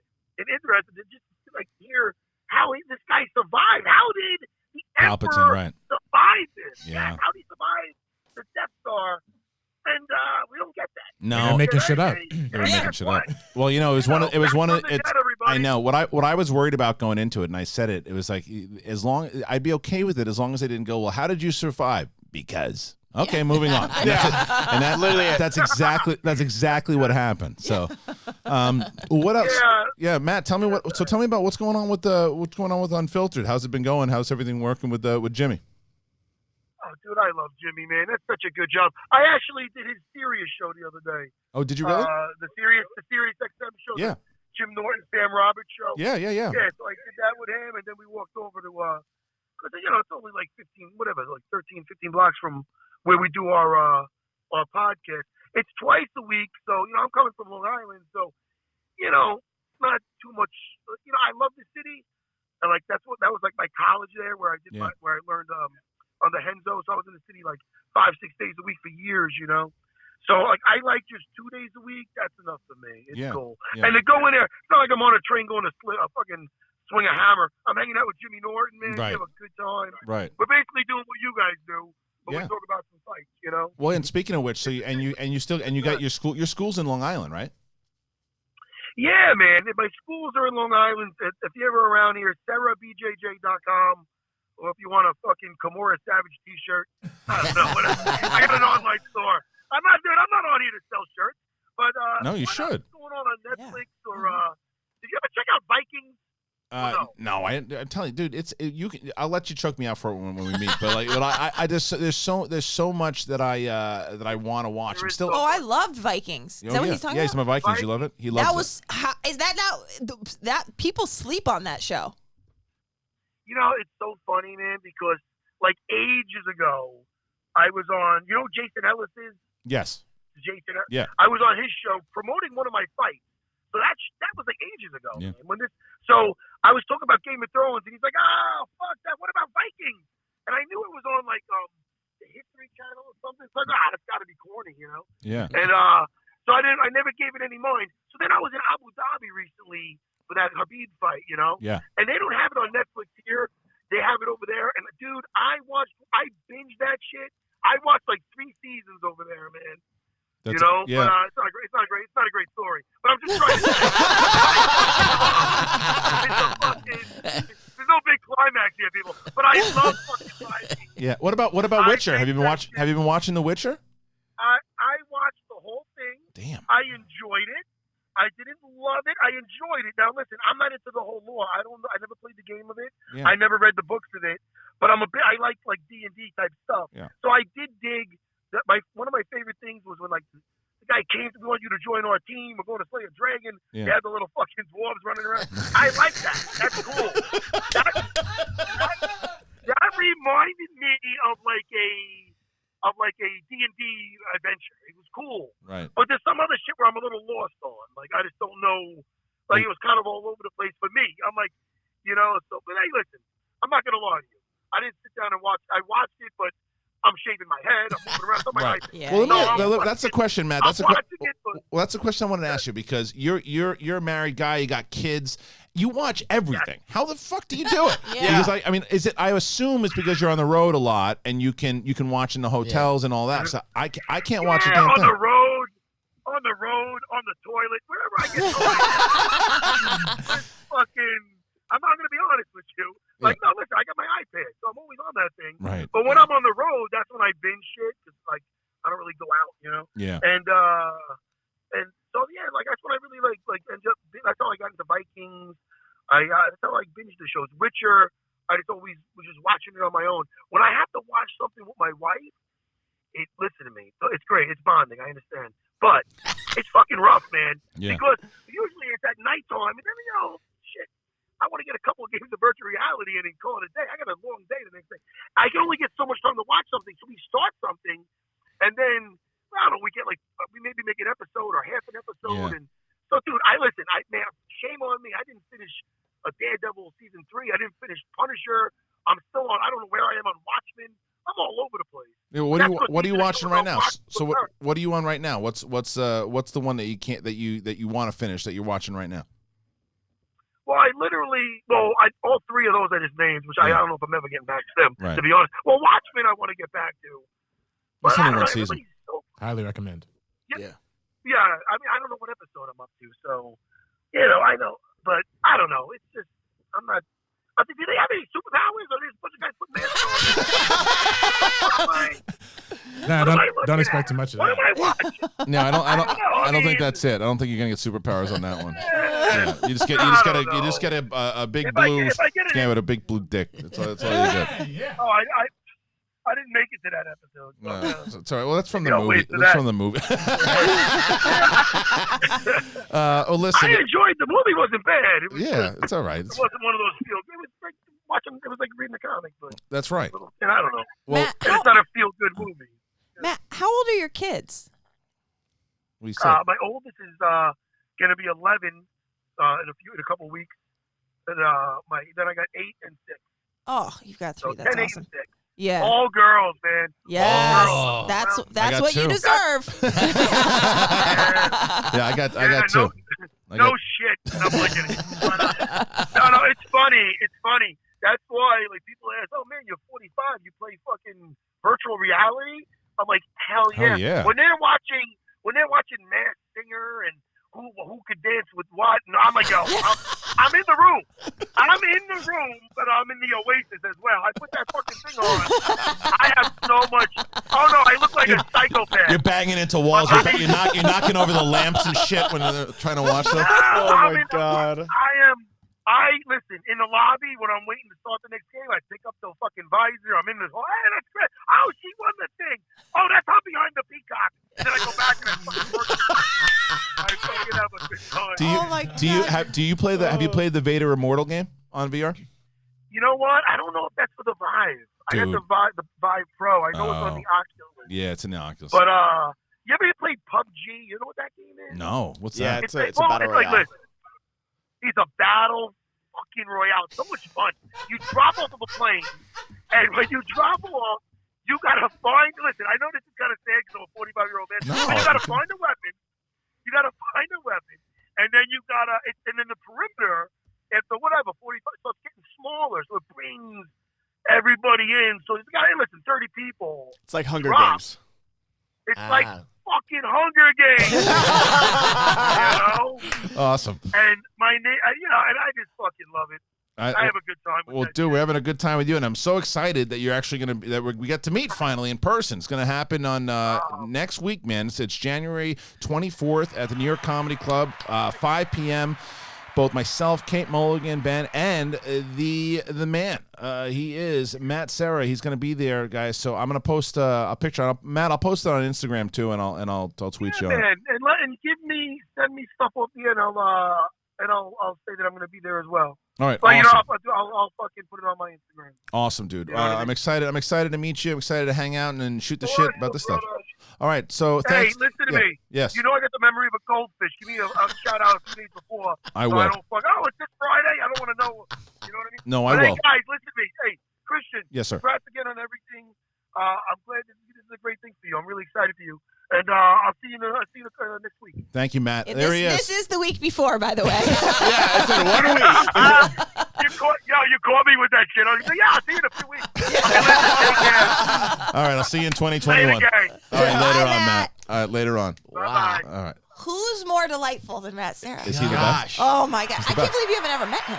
Never in person. We were supposed to he was going to come to the August event, but he couldn't make it because of family stuff. Yeah, but yeah, yeah. so now we got him for He's SEN awesome. Live. Oh my I mean, God! It's like fucking Hunger Yeah. Games. yeah. Like fucking Hunger Games! I mean, so there you go. If you weren't planning on coming to SEN Jesus. Live, now you know exactly why you should come to I'm SEN skipping my son's birthday. Live. You want to be there. He's Man. great. I mean, he's great. He's just. I want to hear him review movies Ever. all I the know. time. You know what it is though, because there's no when you hear him talk about Last Jedi, you think at all in his head he's worried about what anyone's going to say to him No, about it. that's No. so At all. refreshing. He's At not all. worried about stepping on toes. He or wants that, to, like, he'll break your toes. and people exactly. Yeah.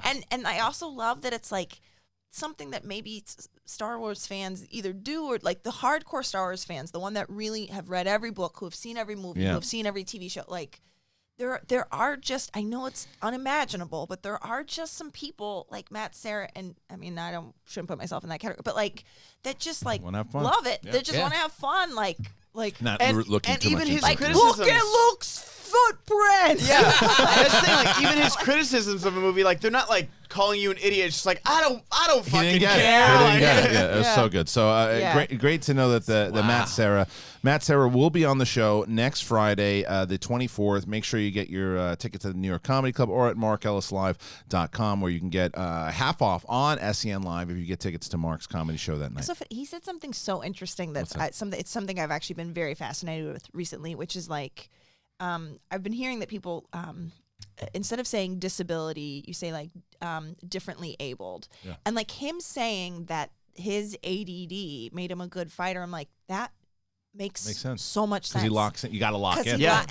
And that also just like because it's the I don't know, like I'm so fascinated by that, like that guy, the free solo guy, the free solo guy, like. His brain is actually different than our brain because he is whatever it is about his brain. His neurons fire different. Right. His neurons, and it makes him focus. And he did because you saw when he locked in because he was one of the early UFC fighters also, and then when he had the second shot when he was in the house when they did the Legends thing, and then he wound up winning that whole tournament, and then he fought GSP. Everyone thought, oh, this is just a gimmick, and he won the fucking title, right? And then I got to see him fight live because him and Matt Hughes had a big beef. Yeah. And they had real beef. And then they finally fought each other. And I was at that fight. I actually and not only because I'm now friends with him, he won that fight. And they gave it to Hughes. And I liked Hughes. I think Hughes is one of the greatest welterweights of all time. But Matt won that fight. We'll go back and watch it. But and I told him that when I first met him. I think that's why we're friends. But either way, I'm really looking forward to having him on the show and kicking back with him. So come out and see us on the 24th. So Caitlin Rose 715, who was saying, Pookie and I are all in on the den. When can we get the shirts? And Kate, was the accent premeditated or did it arise from lots of booze and no food? It's so funny. Everybody really thought I was drunk. I can tell you every detail. I wasn't. Yeah. I went to a bar afterwards. By the time I got into the Uber, but that was after the show. I know you were in I also have to say, like, people, I think my whole life, even when I was in like high school, I didn't drink until I was 21. I know, like, that's like I just didn't. Like, so, but people are always like, "Are you drunk?" Because I do have like a certain like energy, or just like I guess like a lack of self-awareness and loud. Yes. You're sloppy. People were just trying to give you an out for 2006. 2008. 2006. I was with someone. Thank you. He has an Oscar now.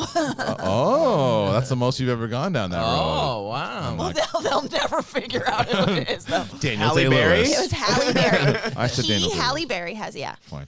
Let's see. Commentary nerd. This might not be possible at this point, but I think Kate should try to get the Looney Bin back together and make a team out of Preston and Silvestrini to have two great teams instead of one great team of Preston and Tom. What do you think, Kate? Anyone watching McGregor versus Cowboy tomorrow night? I should have asked Sarah about that. No, I'll be at work. No. I'll watch it. That's the same thing I was talking about yesterday. Is that I want to get I want UFC to get a better app to where I don't have to pay $50 every time I want to watch a pay-per-view. And I get it. I know the UFC pass gets it 5 days later. I want to watch it day of. So what were we talking about? Oh yeah, that team up. What do you think about that? I understand why you would think two birds in the hand is worth one in the bush, or whatever the expression is. A bird in the hand is worth. Well, okay, so horrible analogy. Never mind. Let's skip it. That's all right. For me, I think what we want to create is a team that's going to win the whole thing. Like you need only one team. You want a dominating team. I want to dominate, and I'm not saying that couldn't be Silvestrini and Paul Preston, but I think odds are Silvestrini I can put with anybody. She's going to make a great team. Yeah. I feel like Paul and Tom really lend themselves to it. It's like, I don't know. You've got Pippen and Jordan. As far as that's fair. Okay, next one is Silly Buffoon.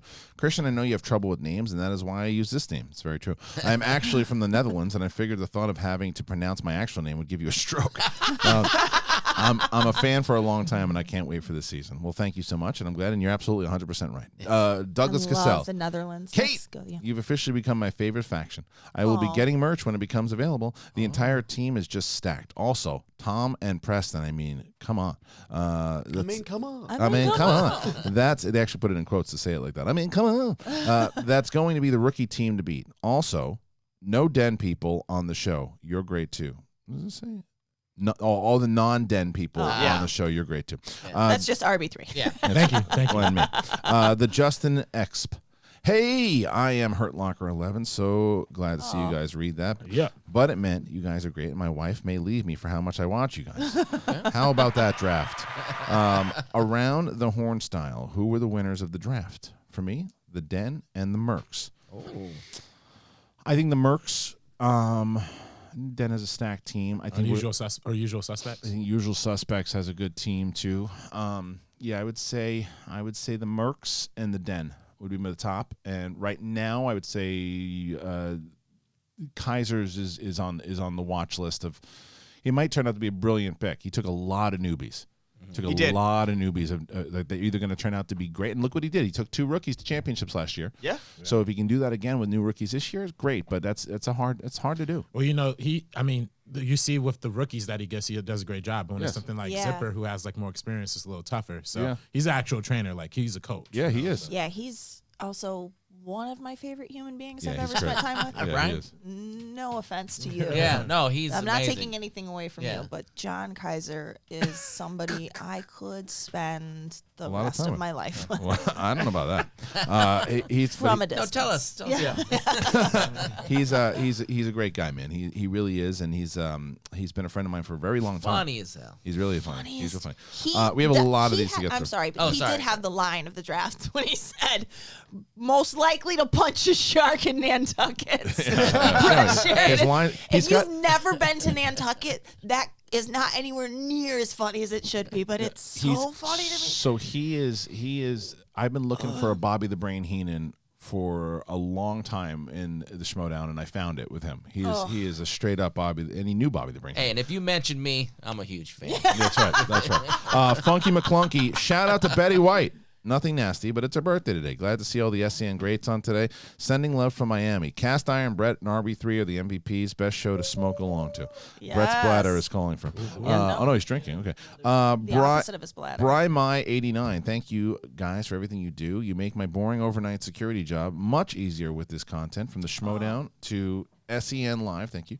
You all make it feel like I'm a part of your discussion when I can't be around a lot of people every day. That's the point, my man. Yeah. That's the point of taking all these questions from you guys, so we feel like we're having a roundtable discussion. Can I Yes, address sir. the chat real quick? Of course you can. So I'm seeing a lot of chats that are about like the video quality or whatever. I did all the tests. Everything looks good here. I think it's literally just YouTube. It's a YouTube issue. It's a YouTube issue. Okay, Yeah, I can't. Everything here is great. Yeah, it looks fine for us. Let me see what's going on with us. Like a few seconds ago, it was like all like Technicolor acid washed. The screen got real weird. Is it still? I refreshed cameras the are video. And it looks seemed fine, okay right? now. Yeah, let me see. It looks fine to me. Okay, good. This is so meta. I got a commercial. Okay, so let's get back. Don't break the fourth wall.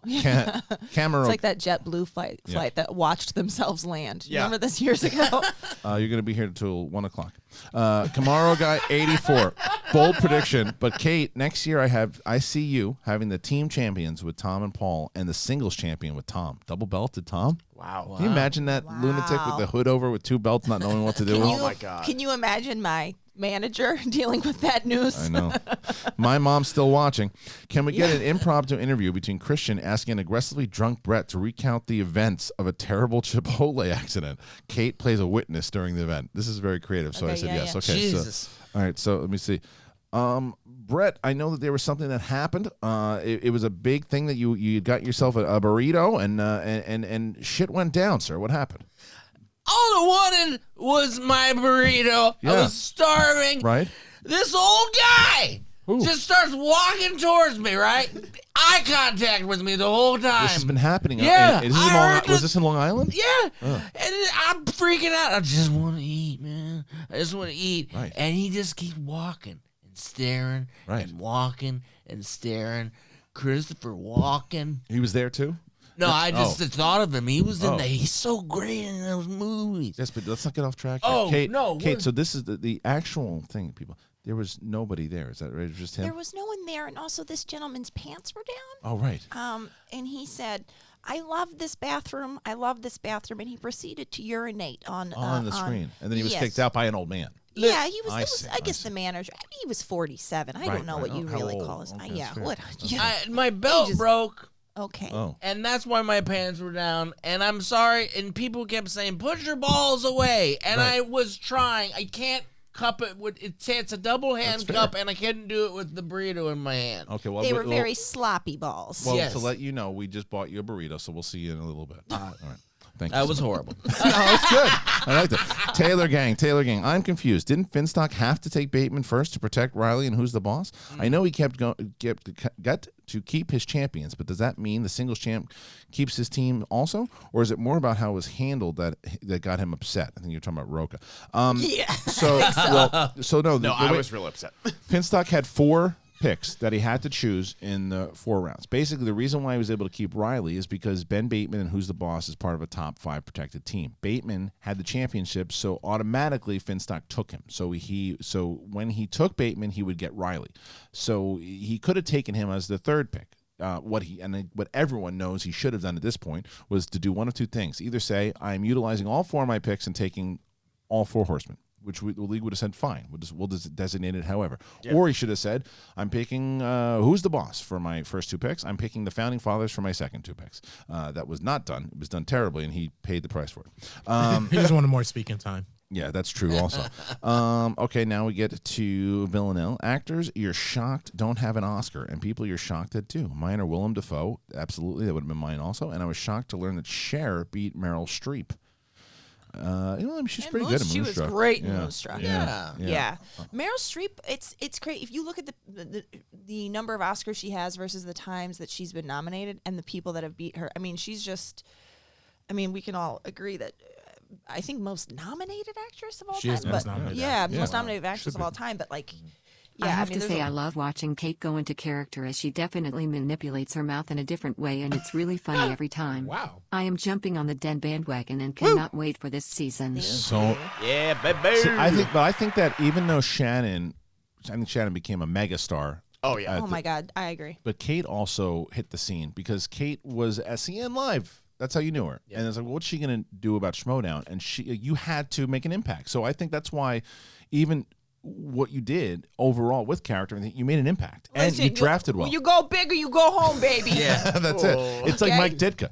That's what it's like. This is what I'm saying. I know. This is also Pitt. Sean Sullivan. Sean Sullivan in the house. Hey, teammate. Yeah, I got to send love to Ken, Ben, and Brett. Woo, for no reason in particular. Christian, I haven't seen people this excited about the Schmoedown ever. RB3, you're great, but Guarded is going to take you out. We'll have to see about that. Oh, you should have said. Disrespect. That's right. I got to get a shirt. I'm disrespectful. I'm ready. C3P Diddy. Hey, Kate, in your manager voice, can you give us what the Den is going to do this season? Mama Lion forever. Oh, I think we already do this? Or is this a C3P different- Diddy is definitely Kate's Oh yeah, burner we did do account. that. Yeah. We did. Yeah, We did. sorry. What did have you talked to Grace yet? Yes. Okay, and she's I did. excited. She is. Yeah, she was. Grace is in the middle of pilot season, Yes, that's so what I figured. Grace. That's why I she mean, couldn't be there, by the way, I too. know. Yeah, I feel like she like I was like trying to go over stuff with her, and she's basically given me sort of Carte blanche. her bless. Yes, Yeah. yeah, her blessing to sort of like do what you got to do, and when I can be there, I can be there, and she's. Yeah. I mean, she's and obviously. and she's also there to flare we up did the not. scenes. I Yeah. know we did not discuss taking Ken. Yes. I did want to take Ken. He wasn't Available. He was taken. Did she say before why didn't you I was take going Ken? to? No, Oh, she did okay. not Okay. at all. But I talked to Ken afterwards. I'm like, I'm so sorry, like I didn't get you. Ken went earlier than I was going to take Right. him. Can you trade for Ken? Maybe. Wow. I don't know. All right. C3P Diddy, we did can that. trade- you can Exiled trade me. Garlic. Who's the player right now without a belt? I would say Janine and the kid. Yep. I would say Tom Oh, that's good. I like that. Big. Tom and Paul Preston. and Paul Preston. Yes. Together. So Clemens Cannoli, I just wanted to send in my first donation. Now you know. Now you know. Well, thank you. Now you know. It's very appreciative that you send in these donations. Now you know. Anthony Nugent with the big donation today. Thank you, sir. Just binged SEN 46, 47, the awards, draft, and backstage. Timed it perfectly that today's episode started as soon as backstage finished. Everything about the awards and the draft was amazing. So excited for season 7. Yeah, the hype behind it is awesome. it's it's been the biggest that we've had ever. I couldn't believe how smooth the draft went because, we went on break for a little bit and came back at 2:45 and we had to be out by 4. I was like, this is never gonna work, and just boom, it was great. Did it. Yeah. So both Anthony Nugent, C3P Diddy had Schmobots. Bruce Leroy. I can't agree more with your stance on having a fun show free of controversial subjects. Just a fun question. What are your opinions? I can't do that. Somebody has something else. It was a funny joke, but I don't want to read it. JJ, the jet plane. Question for the crew. Christopher Tolkien, son of J.R.R., just passed away at 95. Oh, wow. He was not a fan of the films, but I just rewatched Return of the King, and it's clear that Peter Jackson respected the books. Thoughts on the adaptations, realizing novels to film? It's hard to do, man. I think that those movies did it really well and did it in a way. I don't think the Hobbit movies did them. I think that was all movies are essentially cash grabs, right? Because you want to make profit on your big movies. But that was something that you should have made that at the very least 2 movies, and then it's splitting that one book into 3 films. No, thank you. But at the very most, you mean 2 at movies. At the very most, correct? Right? Yeah, at the very most. They should have. You said the very least. No, very most. They did 3. Okay. Yeah. M. Sund. Disappointed Kate broke up the loony bin. Like, seriously, why? Well, how did I break up the loony bin? Because you didn't pick Drew. You could have picked Drew like Demlin. Why am I going to? If I'm taking Tom as my first pick, I don't want to give up having Paul Preston too. Right. Someone else took Video Drew. That's not to say I wasn't going to, but hey, calm the fuck down. Brandon Lindsay. I know you guys talked about Crisis on Infinite Earths yesterday, but I got to know what Drunk Brett's thoughts are on the finale. Oh, man. Incredible, man. You want to talk about Flashpoint too, the Flash movie? Oh, yeah, the Flashpoint, yeah, man. And I was like, what is that? A Flash? Another Flash? And a Flash? And they were looking at each other and it's like, if I'm Flash and you're Flash, and which one should I kill? That's exactly how I felt. I actually did start watching it last night. I'm intrigued, and I'm going to watch all of them. It's really silly, cheesy television. Is it? They take. Yeah, really. I love that they take the big swings. They go for it. There's some bad acting going on though. I'll tell you what. The first episode already. I'm not going to call anybody out in general, but I'm like, oh my god, this is rough. Is the writing bad or is the acting bad? It's just like a CW show, you know. Yeah. But I say that, and it's not like I can't watch this. I'm gonna watch it. It's just not great. Is it silly fun? Yes, okay. Absolutely, it's silly fun. Okay, now we get to Joseph Sordy, who put in a Schmobot. Muffin Truck is back in the house. Birthday. Breaking news: Disney is dropping the Fox name on 20th Century and Searchlight to move itself away from Murdoch and Fox News. Is that true? Wow. Also, Mardi Gras in Uptown NOLA on St. Charles is the best. Avoid the French Quarter like the plague. That's exactly. Yeah. Shoot, so they're dropping the name. So I guess we're never going to see the Fox. Never again. Yeah, it will become 20th Century Studios, and Fox Searchlight Picture will simply become Searchlight Pictures. It's kind of sad because Fox is one of those historic studios that were there from the very beginning. It's kind of sad to see it. What happens when politics get involved, man? Yeah. Toby Thrawn, about that Wildberries thing on Backstage, someone suggested a match between the two of them for which manager gets them. My idea, teams match. Wildberries with their manager against each other. Winner gets both Wildberries. The only way that managers can compete is if they drop a player from their roster and make themselves an active player. Hence, that is why Robert Burnett is able to play in New York. He only has 9 spots filled at the moment, so his 10th spot is held by him. That's what I was wondering about. Yeah, so I will not be dropping anyone to start playing. No, so that's but you could. Wait But if till you I wanted get to, to- you could. I Yes. will not be exercising that option. So Sam could. If Sam wanted to, Sam could drop. Yeah. Sam could drop out one of his players, and Sam could play. Well, Jesus Sam only Christ. has 8 or 9, What? doesn't he? Sam has 8 Only at the moment. 8, yeah. Yeah. So Toby Thrawn. We did that. Sam could play again. Yeah. Brandon Lindsay. He's not going to play. Brandon Lindsay. Hey Christian, any update on Fallen Order? Or is this just a lost cause for you? Also, Ben, I'm digging the Twitch streams. No, I played a little bit the other day. It's just like I said. I try to steal some time before I go to sleep, and I play a couple. But I don't know. I just got out of Kashyyyk, and I don't know where the hell I am. I gotta go back to that. They put me back to that stupid planet again. Yeah. I hate that. You go to multiple planets again. But going back to where you got to go find things again. I'm starting to get over. I'm starting to get over it. Yeah. I'm not gonna lie. I started playing it right in Christmas, and I can't even pick it up anymore. It's just like, really it's so tough. repetitive. You're going back to yeah. the same thing. I'm playing for the storyline, and I can't can't get the storyline. So now I'm back. I'm running around trying to, and I killed the same fucking animals again. And now the you kill a lot of animals. Yeah, Someone was talking about that. Like, Yeah. So Brandon Punch a Lindsay, lot of baby Yodas. I don't know. Tobias put in a Schmobot. David Underwood. Credit to Luke Allison on Facebook. Here's a proposal. The Wildberries match, Oyama Makuga versus Kalinowski and Dewberry. Winning team gets the other Wildberry in exchange. I know people have been talking about that. We don't That's know. really sexy. Bagel Boy Waititi. In the first 5 years, I've opened my who own. just came up with this name? In the first 5 years, I've opened my own business, and I had 3 babies and not a lot of time to watch movies. Could you guys recommend a few movies from the last 5 years that I've had to watch? Well, I think that it's. You know what? I'll let Brett do it because Brett's had to do the same thing. Oh, Jesus, you're gonna make me remember. Think about Jack that. McDowell throwing Tony La Russa under the bus, saying he had cameras in the outfield with a red light and toggle switch that led to manager's office. Jeez. Holy shit. I heard about that too. That's like a spy movie. Yeah. Oh my. People have been God. cheating for a while. Yeah. It's just a matter of how I was it's going going to to say, come out. stealing signs is part of baseball, Stealing but signs, that's different. stealing signs when you're a player and you're out and you can find a way to tell your fellow players. That's always been a part of the game. Yeah. But when you camp someone out in the back and the your home red studio with laser a red and laser the watching radio. it and shit, like that's not part of the Yeah. camaraderie. That's and trying to just pick up things on the field. Whatever with all of the like the juicing and like they that all of Steroids. the baseball all the steroids and stuff like whatever what happened to those players? I actually really They're not don't in the Hall of remember.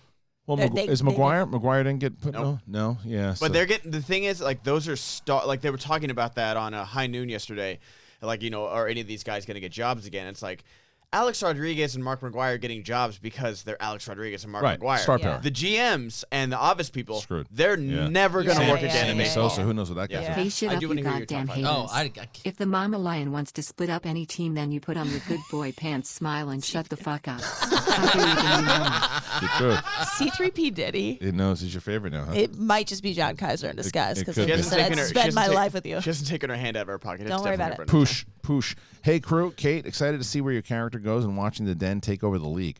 Ben, great job engineering not the rundown, but the backstage. Rundown, by the way.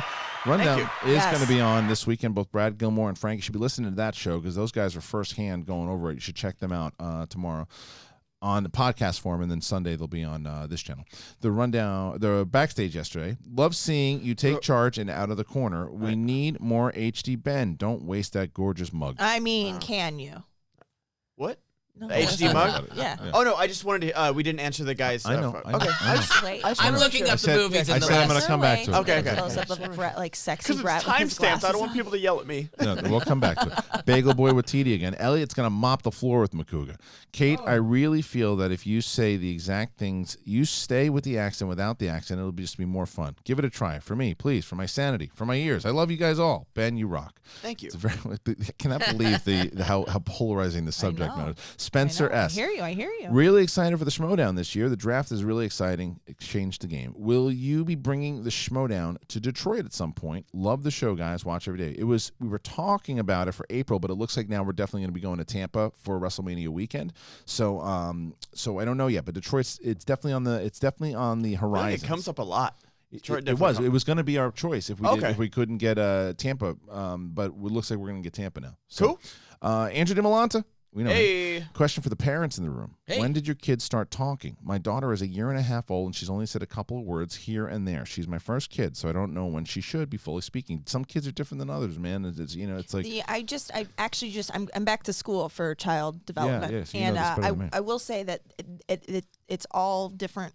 The real markers that you want to be looking for. There's nothing before a year that can't change after a year. So even if everything's on track before a year, most things happen after a year. So by 2, if your kid's 1.5 years, your kid's 18 months old, making any sort of sounds is good. Babbling is good. Fully formed words, like my kid just turned 2 and he talks a lot. He has an older brother. My other kid didn't talk till closer to 2. Right. So you gotta look for other signs. Don't worry about the actual talking. But if your kid's not making sounds, if your kid can't make eye contact, Right. if your kid, there's other things to be looking for. But don't worry about what anybody else's kids are doing because every kid's different. But also where your kid is in the birth order. Also, I mean, did Maisie do things faster than Vivi?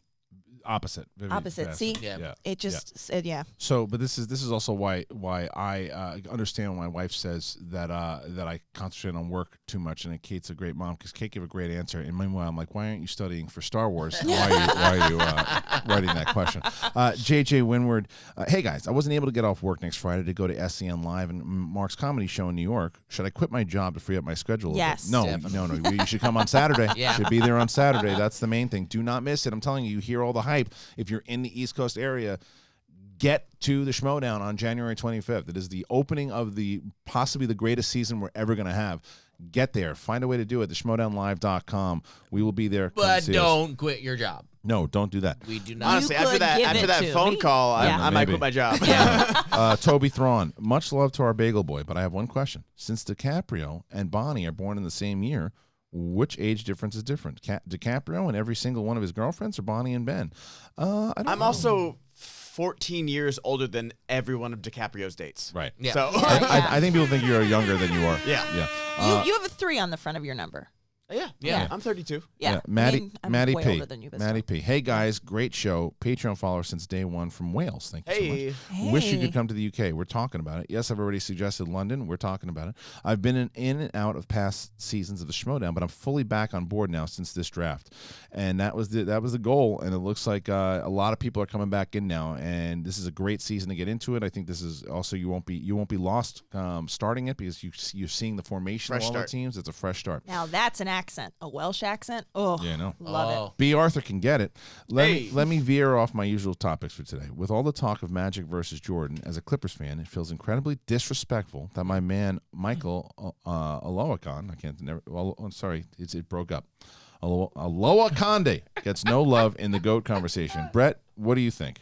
I know. When Aloha Conde gets out of that conversation, I get insanely furious. Yeah, I agree. I start slapping the kids around. My wife, I am very abusive to my wife about it. And put the camera on yourself, for God's sake. That's a new laugh. That was so high pitched for our listeners. It was like a lady on a fainting couch.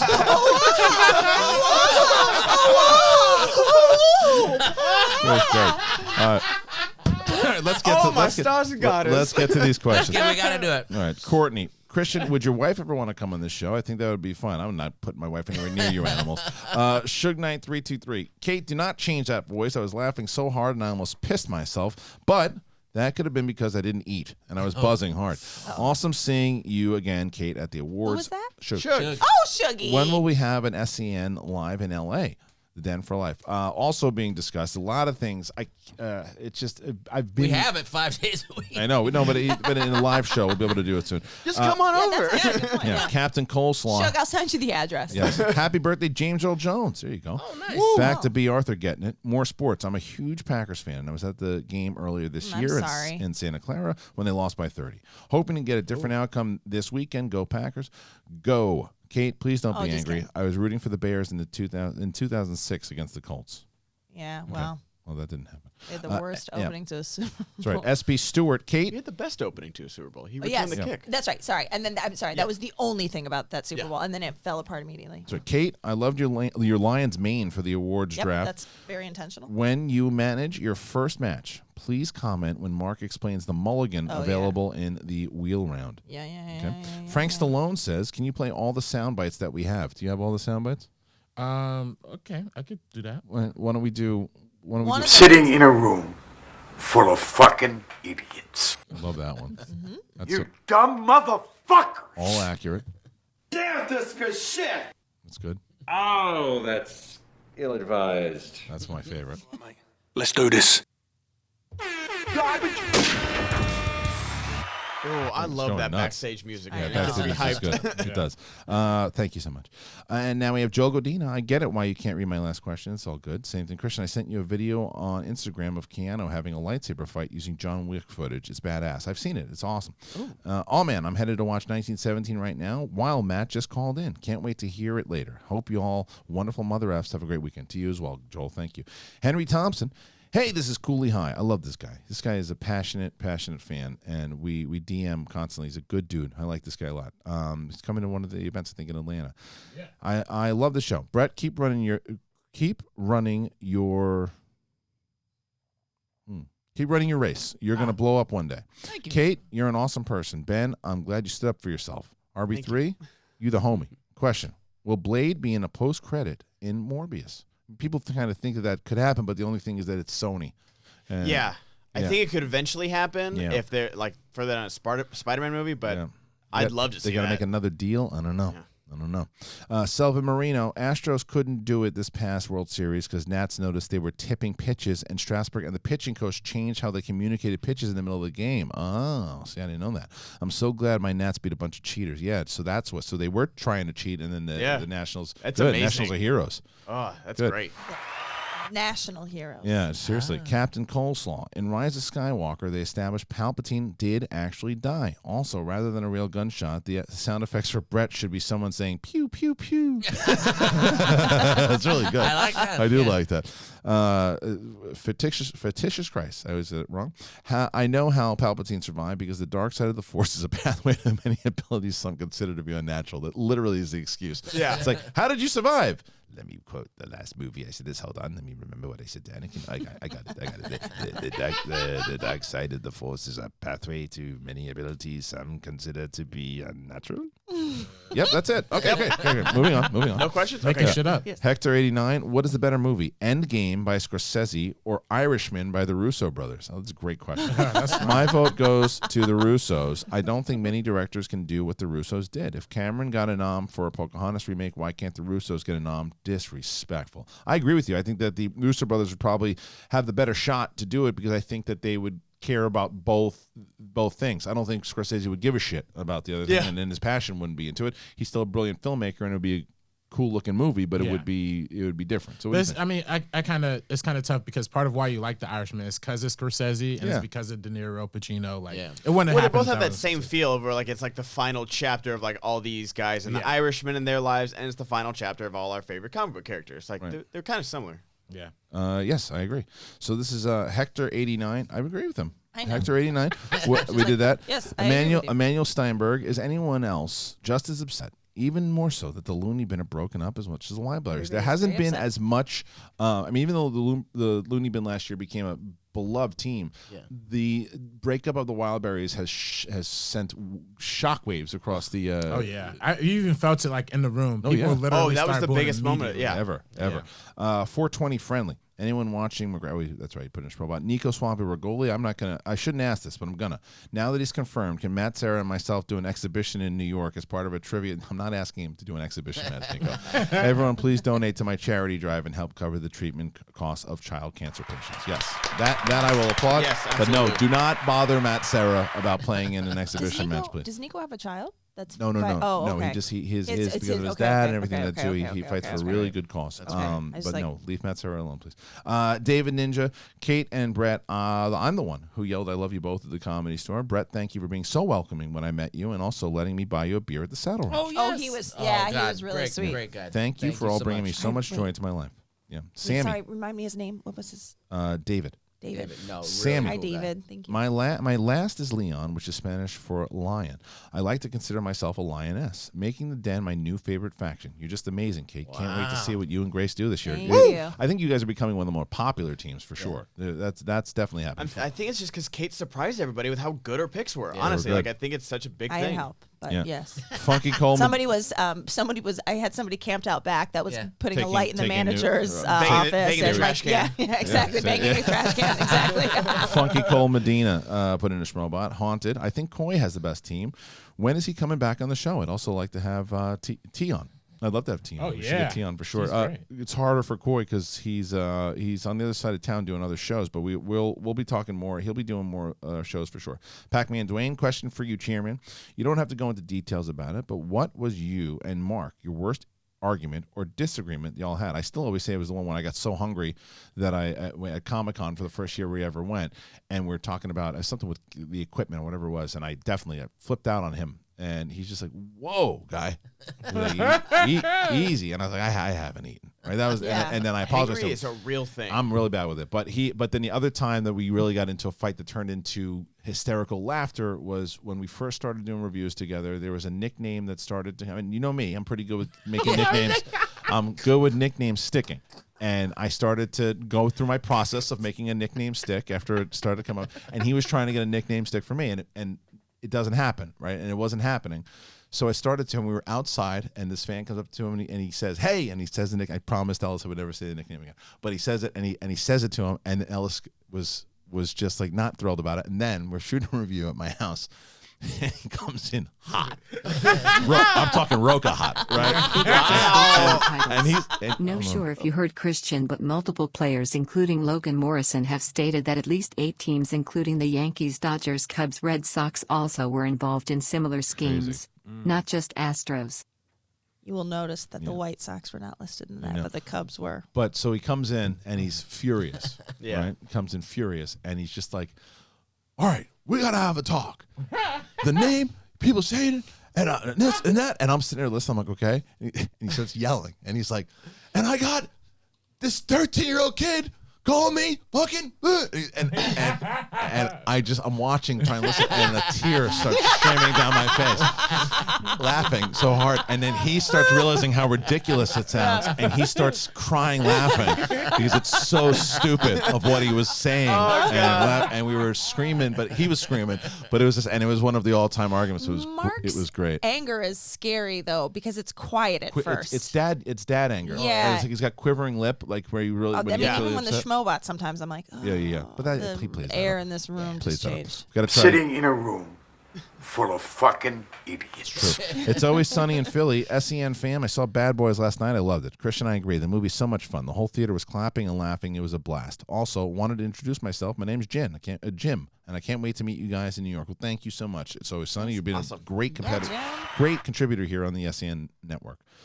Silly buffoon. Christian, the reason people are annoyed by Kate's manager voice is exactly the reason it should stay. Think about it. She's a heel. Yeah, I know. Garth McMurray. I think as a manager of the Den that Kate just gave Brett his nickname, Brett Sloppy Ball Sheridan. I was making a callback to you doing a sloppy ball. That was my nickname in college, so it's been done. That's right. Seriously, I think Brett should be cast Iron Man with a suit of armor made with cast iron pots and pans and other missiles. That would be heavy. That would be expensive. That's all I could think. Let's call it what it is with Brett, okay? Adam, this season, we might get 2 matches out of him. All right, let's not think that he's going to be competing. Timestamp: Brett is quadruple belted. Right. I doubt WrestleMania weekend main event is going to be Merle versus Sheridan. But hey, you never know. Prediction. Yeah, silly buffoon. I have to watch the replay because of the time difference. I'm working now, but I have to sneak to the bathroom to support y'all. Thank you, you buffoon.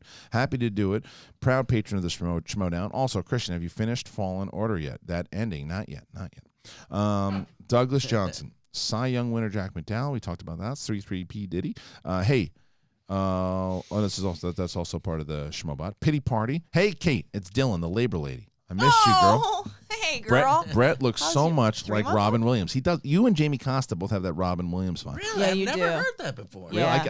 I see it all. I think that's the only reason I'm friends with you because it's the jawline. It's that gorgeous jawline. jawline. It's the energy too. Yeah. It's the energy too.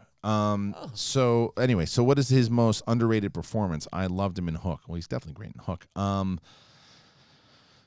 Underrated performance. His speech to Matt Damon on the bench in Good Will Hunting is my favorite Robin Williams. But that's I know. It's not underrated at all. Underrated, 9 months. 9 months he pops in a cameo in 9 months with Julianne Moore and Hugh Grant, and he's a Russian doctor in that, and he pops in and he just elevates the scene the second he shows up. Andy Daly gets all those parts now. Yeah. 1 hour photos is one. That's an underrated one. Oh, Yeah, right. That's true. Kay Friedrich. Kate should have managed the Bears, then the accent would have worked. Da Bears. That's right. Somebody said Da Bears. Doubles. Yeah. A Duden. King Nirvana 24. With Schmodown going down to Tampa for WrestleMania, any plans if the rumors that Los Angeles or Vegas will be next year's WrestleMania. If it's in LA, then yeah, we'll definitely do it around WrestleMania weekend next year for sure. And then maybe even Vegas. We'll see. Let's see how it goes this year. Like we're hoping that we can sell the place out pretty quick if you're going to be in WrestleMania weekend, that you sell us out, and then we'll want to do that for sure. Sean Cartaya, Christian, it's worth sticking with Fallen Order. The story is just so good. There's also one secret planet you go to that ties into something for the cartoons and the movies. All right. The game also gets a lot more fun the more powers and saber upgrades you get. It's just sticking around doing the same shit over and over again. I know. I also have to say, I know we both hate when I say nice things about you. Yes. You talk about Ben works hard. Nobody works harder than Christian. This was like such a fun weekend. At the end of the draft, I got to go home and just sort of revel. You went home and had to go through 9 teams and put people in touch that had never met before, and you had to do, and you have to set lists. Actually, Kate, Tony La Russa was the manager of the White Sox at Kaminsky Park when he put in the camera in the outfield. Sorry. Son of a, but I mean currently. Dumb motherfucker! It's Kaminsky too, Schmobot. Kaminsky, but that's how they say it. Yeah. Garbage! Kaminsky's a whole other thing.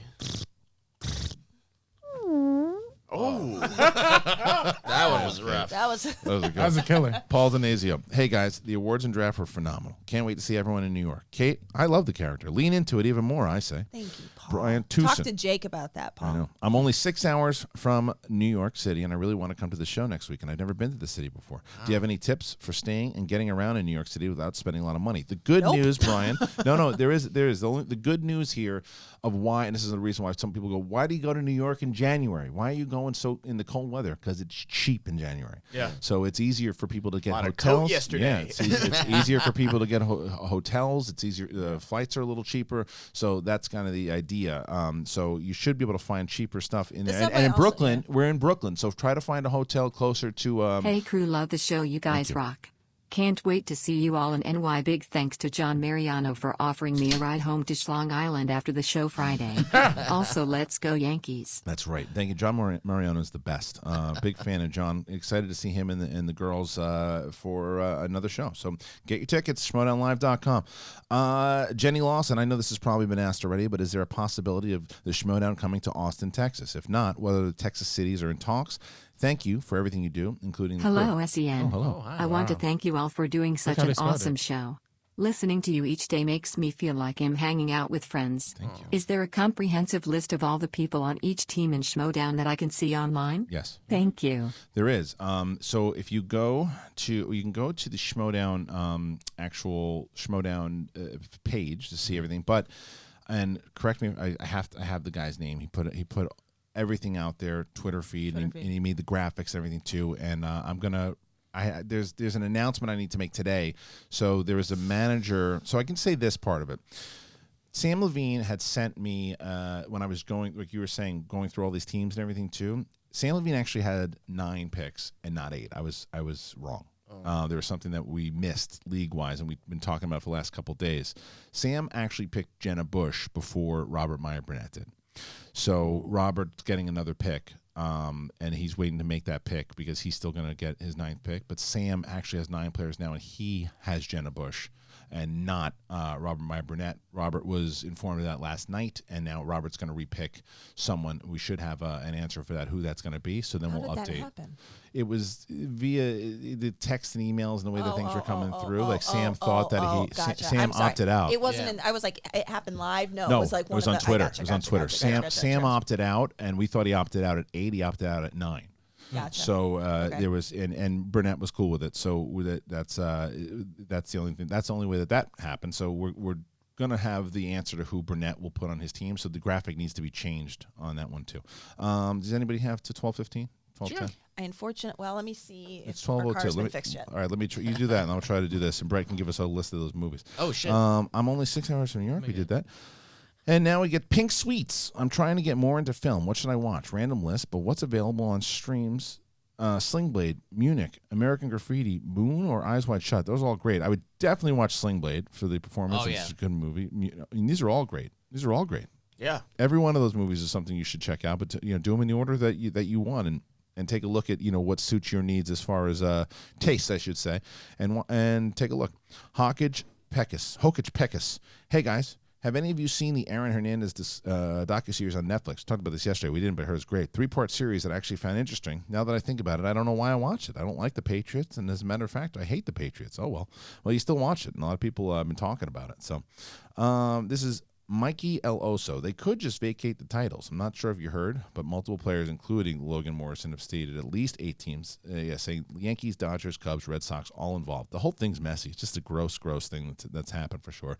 Douglas Johnson and Joseph Boros put in Schmobot's Melody. Oh, my God. The way Kate stroked Brett's chin just now. I know you're both married, but my shipper heart just exploded. That's right. Salad Von Baco put in a Streamlab, and that's the last one. Now we get to the super chats. So, Kate, what's your time like? My husband's not speaking a language that makes any sense. Oh, okay. Well, you leave when you got to leave. No, I gotta go. You got to go. All right, Kate's going to leave us. I will do. I'll explain. We had to have our van taken in to be serviced, but somebody has to pick the children up at 12:30. So I told my son to go to the school, to Uber to the school, because it's not. Okay, you're taking up time now. Yeah. All right. Yeah. Anyway. So super chats, PC, Dream Team, Kate and Brett, the Dan baby, Danny Rosa. Hey gang, happy Friday. Can we get Arnold and Drunk Brett having a brief discussion about the ending of Lost? Schlong, schlong, schlong. Okay. Hey, Drunky. Yeah. What do you think of why are you making impressions of me, you drunk moron? You listen to me. I got this sexy blonde putting a tongue near my ear. It's very nice. And Can't wait to ride a plane with you. Get the fuck out of here. And now we got you, drunk face. What do you think of glasses. Purgatory? I had to put the glasses on. I forgot what we were talking about. Boss, come on. Did you like the smoke monster? The smoke. I didn't realize that the smoke monster was actually the ghost of the airplane. Out. Come on. It was the smoke monster was the ghost of the airplane because when that airplanes have souls. Yeah. So when we found out at the end of the whole thing that any of it happened. That was a weird ending. To end the show that says that none of this ever even happened. I don't know why they would do that. I don't know how you did it, but you made good points. All right. So now we get to Danny Rosa. Hey, gang. Happy Friday. We did that one. Drew Safildin. Not to be overdramatic, I'm now dedicating my life to get the Wildberries back together. I'm going to have to tweet Shannon and Winston and say, make the trade. That's right. Shoeshine follows up with, how could you murder the loony bin? Shame. Oh. Dave Robb. Should we now refer to the Wildberries as the split peas? Also, would a streaming service movies wedge on the wheel be a good idea? Thanks. We've thought about that. Talked about that for sure. Absolutely. Just like I just read a thing that Netflix is putting $17 billion in their content, so that might be a little tough to narrow that down. Yes, absolutely. They could have their own category. Yeah. PC, when is Rachel Silvestrini going to be on SEN? We are going to be having so many guests and so many people throughout the entire Schmodown community beyond the shows. We have more announcements to make very, very soon. So it's not as easy to have as many people as you think. So we are going to, but that's going to change. And I'll have more announcements on how that's going to change. Side of Coins. Sorry if I missed it, but where do I get my Jedi Council fix these days? Your show with Campy is on hold, correct? Thanks for everything. Well, Jedi Council and my show with Campy for me is on hold, but there are a lot of great Star Wars shows out there. Mark Riley does his own Star Wars show on his channel, so you should subscribe there. Ken Knapsack and Joseph Scrimshaw do a great show at Force Center. Is Ace still doing Star Wars? Yeah, they're gonna put together. I can't speak for them. Yeah, but they're doing something. They're doing something. Good. And if you want to find Ace on First Cut, well, there you go. There you go. Okay. So now we get. Ben always laughs when I plug. Take a shot every time RB3 plugs his stuff. Who does? RB3. He takes a shot. No, you need. It's like a drinking game. Yeah. Yeah. He does it well though. Yeah, he does. I sneak him in. That's right. Jonathan Caro. Hey y'all. Thoughts? Disney killing the Fox name and rebranding it to 20th Century Studios and Searchlight Pictures. It was bound to happen. Yeah, I mean it was. I think just taking the Fox, keeping the name. I see what RB3 is coming from, but they're separating politics, and Fox is kind of synonymous with politics also. So maybe just calling it Searchlight and the other thing. Yeah, I get both sides. PC. Happy birthday, Betty White. Pink Sweets. Thanks for telling us. Hope she has a great day and lots of fun. Agreed. Kate Van D. Are you doing your list over there? Is what you're doing? There's a lot of movies that have come out Take in three. the last 5 years. Say three right now. Well, I just was looking through. I really enjoyed one that the Fundamentals of Caring. Yeah. That was I think that's a deep cut. Yeah, with Paul Rudd? yeah, with Paul Rudd. That one really stuck with it, and I just found it on accident. Yeah. I would say, there's just Mad Max Fury Road for action. And RB3 approves. Yeah, it's tough. Thanks and for it's all for the comedy. laughs. Oh, go Kate, ahead. you are fucking awesome, Brett. Your strength is an inspiration, Christian. Thank you for all you do. Your laugh made me almost break a rib laughing. Bagel Ben shut him down, open up shop on the haters. Sad I gotta miss NY. I know. Street Monster here just wanted to recommend some Scorsese level filmmaking in underwater. Haven't seen a movie like this since Waterworld. Let's all go and support Kristen Stewart, the heir apparent to my throne. Also, Alfred Woodard in Clemency was tops. You probably should have waited on that Kristen Stewart after that movie came out. I know. Yeah. Y'all killing it. Last one, I'll do comedy. What We Do in the Shadows. I still gotta watch that. Loved it. Taika Waititi. Kate Van D. Midwest is the best. Kate, keep the accent. It's everything. Nightwolf, thoughts on Disney? We did that. Haskell 4. Nightwolf says thoughts on Disney dropping the Fox name and calling it 20th Century Pictures and Searchlight Pictures. Could see Deadpool staying there and maybe Blade. Yeah, it's the same thing. It's just a matter of changing up the name, and they're gonna make it their own brand, but still it'll still feel familiar. Yeah. So Haskell 420, happy 98th birthday to Betty White, Marty Collins. Hey SEN, I've been watching Schmo since 2014. I love the draft. Sorry if this has already been answered somewhere, but will the draft become an annual thing? Love to all the crew. We haven't decided that yet. We have to see how this goes. We don't know yet. We're not sure. I know that the last place team that manager will probably lose their spot, and probably a new manager will come in. That's probably what's going to happen for last place. Jamin Patel, it's Jamin. Share your worst pyramid scheme stories. Oh man, I just remember coming out of college and somebody tried to get me work for that thing, and I did for like a week, and I was like, no, this is ridiculous. So many of my fraternity brothers sold like those juices and tried to get me involved in, like, they had like the stickers on their car and everything, and I was like, this, y'all, come on. Yeah, and it's not good. My brother, Brian, knows best. I think Kate should keep the voice, but work it in that every time she gets on the mic, she can't help but do it. Like Jane Lynch's role in Marvelous Maisel. Oh. It's actually not a bad idea. Yeah. Like to do it where it's like, look, I know people have been talking about my accent. It comes out when I'm excited. Like that type of thing. Maybe. Look, maybe my brother should start working for us. Brian Grant. Brian Grant. New York is the mecca of bagels. It's true. Yeah. Ben's going to go on a crime spree. Make sure you check out Highline Park in Manhattan. I work from home and I can laugh with no worries. Fushnickens for life. That's right. I like that guy. I'm definitely, like, everyone's been saying that. I've definitely got to get a New York bagel. Yes, but we wait, though, and don't just stop. You got to go to the right place. You can't just stop off at any shop and go, the bagels aren't good here. It's like going to a pizza place in New York at 2 in the morning and go, well, this pizza's not good because it's the shit pizza. Yeah. You got to go to the right spots. Don't just walk into any place and go, well, every bagel's going to be good. I'm going to go to a Ralph's in New York. There's and be no like, Ralph's. It's just like Michael Scott. You go to Sbarro's. Wallbaums. I don't even know Wallbaums exist anymore. Rick Duran, I didn't get stomach flu. I survived Kate's saliva. Woo! Whoa. You're one of the few. Hey,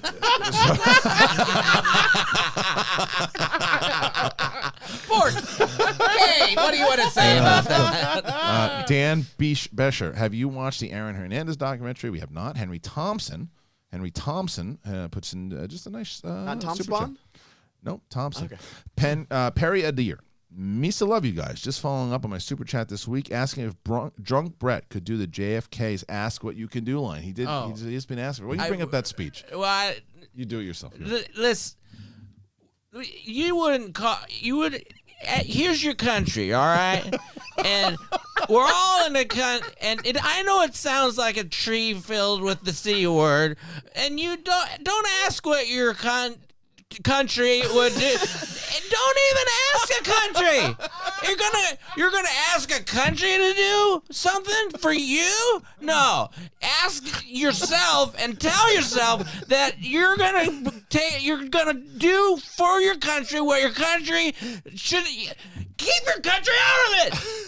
Do something for your country. Very good.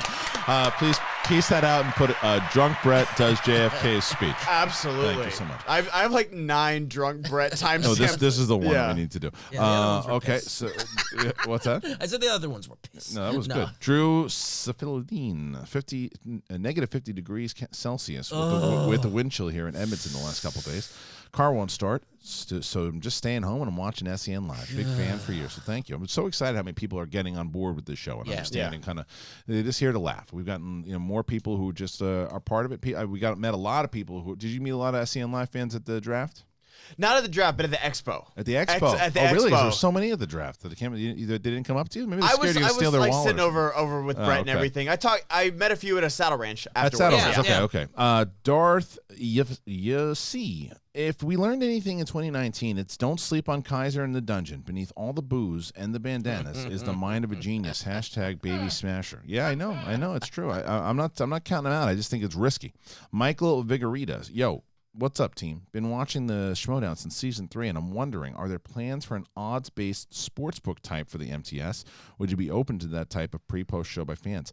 Absolutely. But one of the things that you have to do legally and everything too to try to figure out when it becomes a real sport is when you can bet on it in Vegas. Yeah. And there's things that have been talked about for that. It's this year is going to be the most sports ever. So I do like that idea. I just don't know yet if it's a possibility. Random rock and real riffs and reviews. I personally liked Kate's accent, especially in her interview alongside Paul Preston. It was nice to see her back and forth and looking forward to more. I think a lot of people are. Kate also, I think, had it not been for that move by Shannon Barney, I think Kate's the standout performance For sure. of that for sure. Brandon Hanna, greetings to Kate, Brett, and Ben. For no reason in particular, better give Kate the Manager of the Year award now because there's no other competition. # the Dan, # the new era. That's right, the Hitman. Hitman, I thought, went pretty late too, man. He's a pretty damn good player, and he's pretty excited too to play. So Brandon's hungry. He's ready to go. Yeah, he is ready to go.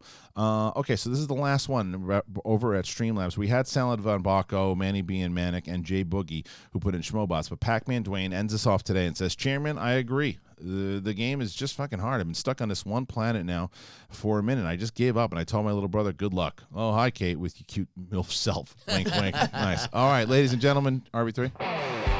What a great week it's been of SEN Live. Thank you so much. Thank you for everybody. Watch the draft. If you haven't seen it, watch the draft. Watch this. Oh, don't be one of those people. I refuse to watch it. Give it a shot. And we'll see you on Monday. We got a lot of great shows coming. Monday, Tuesday, Wednesday for sure. And then we're going to New York next week. Brett Sheridan, check him out. Check out Kate. Check out Ben. Check out RB3. Everything we do. Go on over to the Apple Podcasts. Leave us a rating. Subscribe here. Check out SEN Clips, where we put all the pieces out from this show. And listen, we'll see you guys. Thank you so very much for being the most wonderful fans on the planet and for donating here today and keeping us going. So we'll see you on Monday.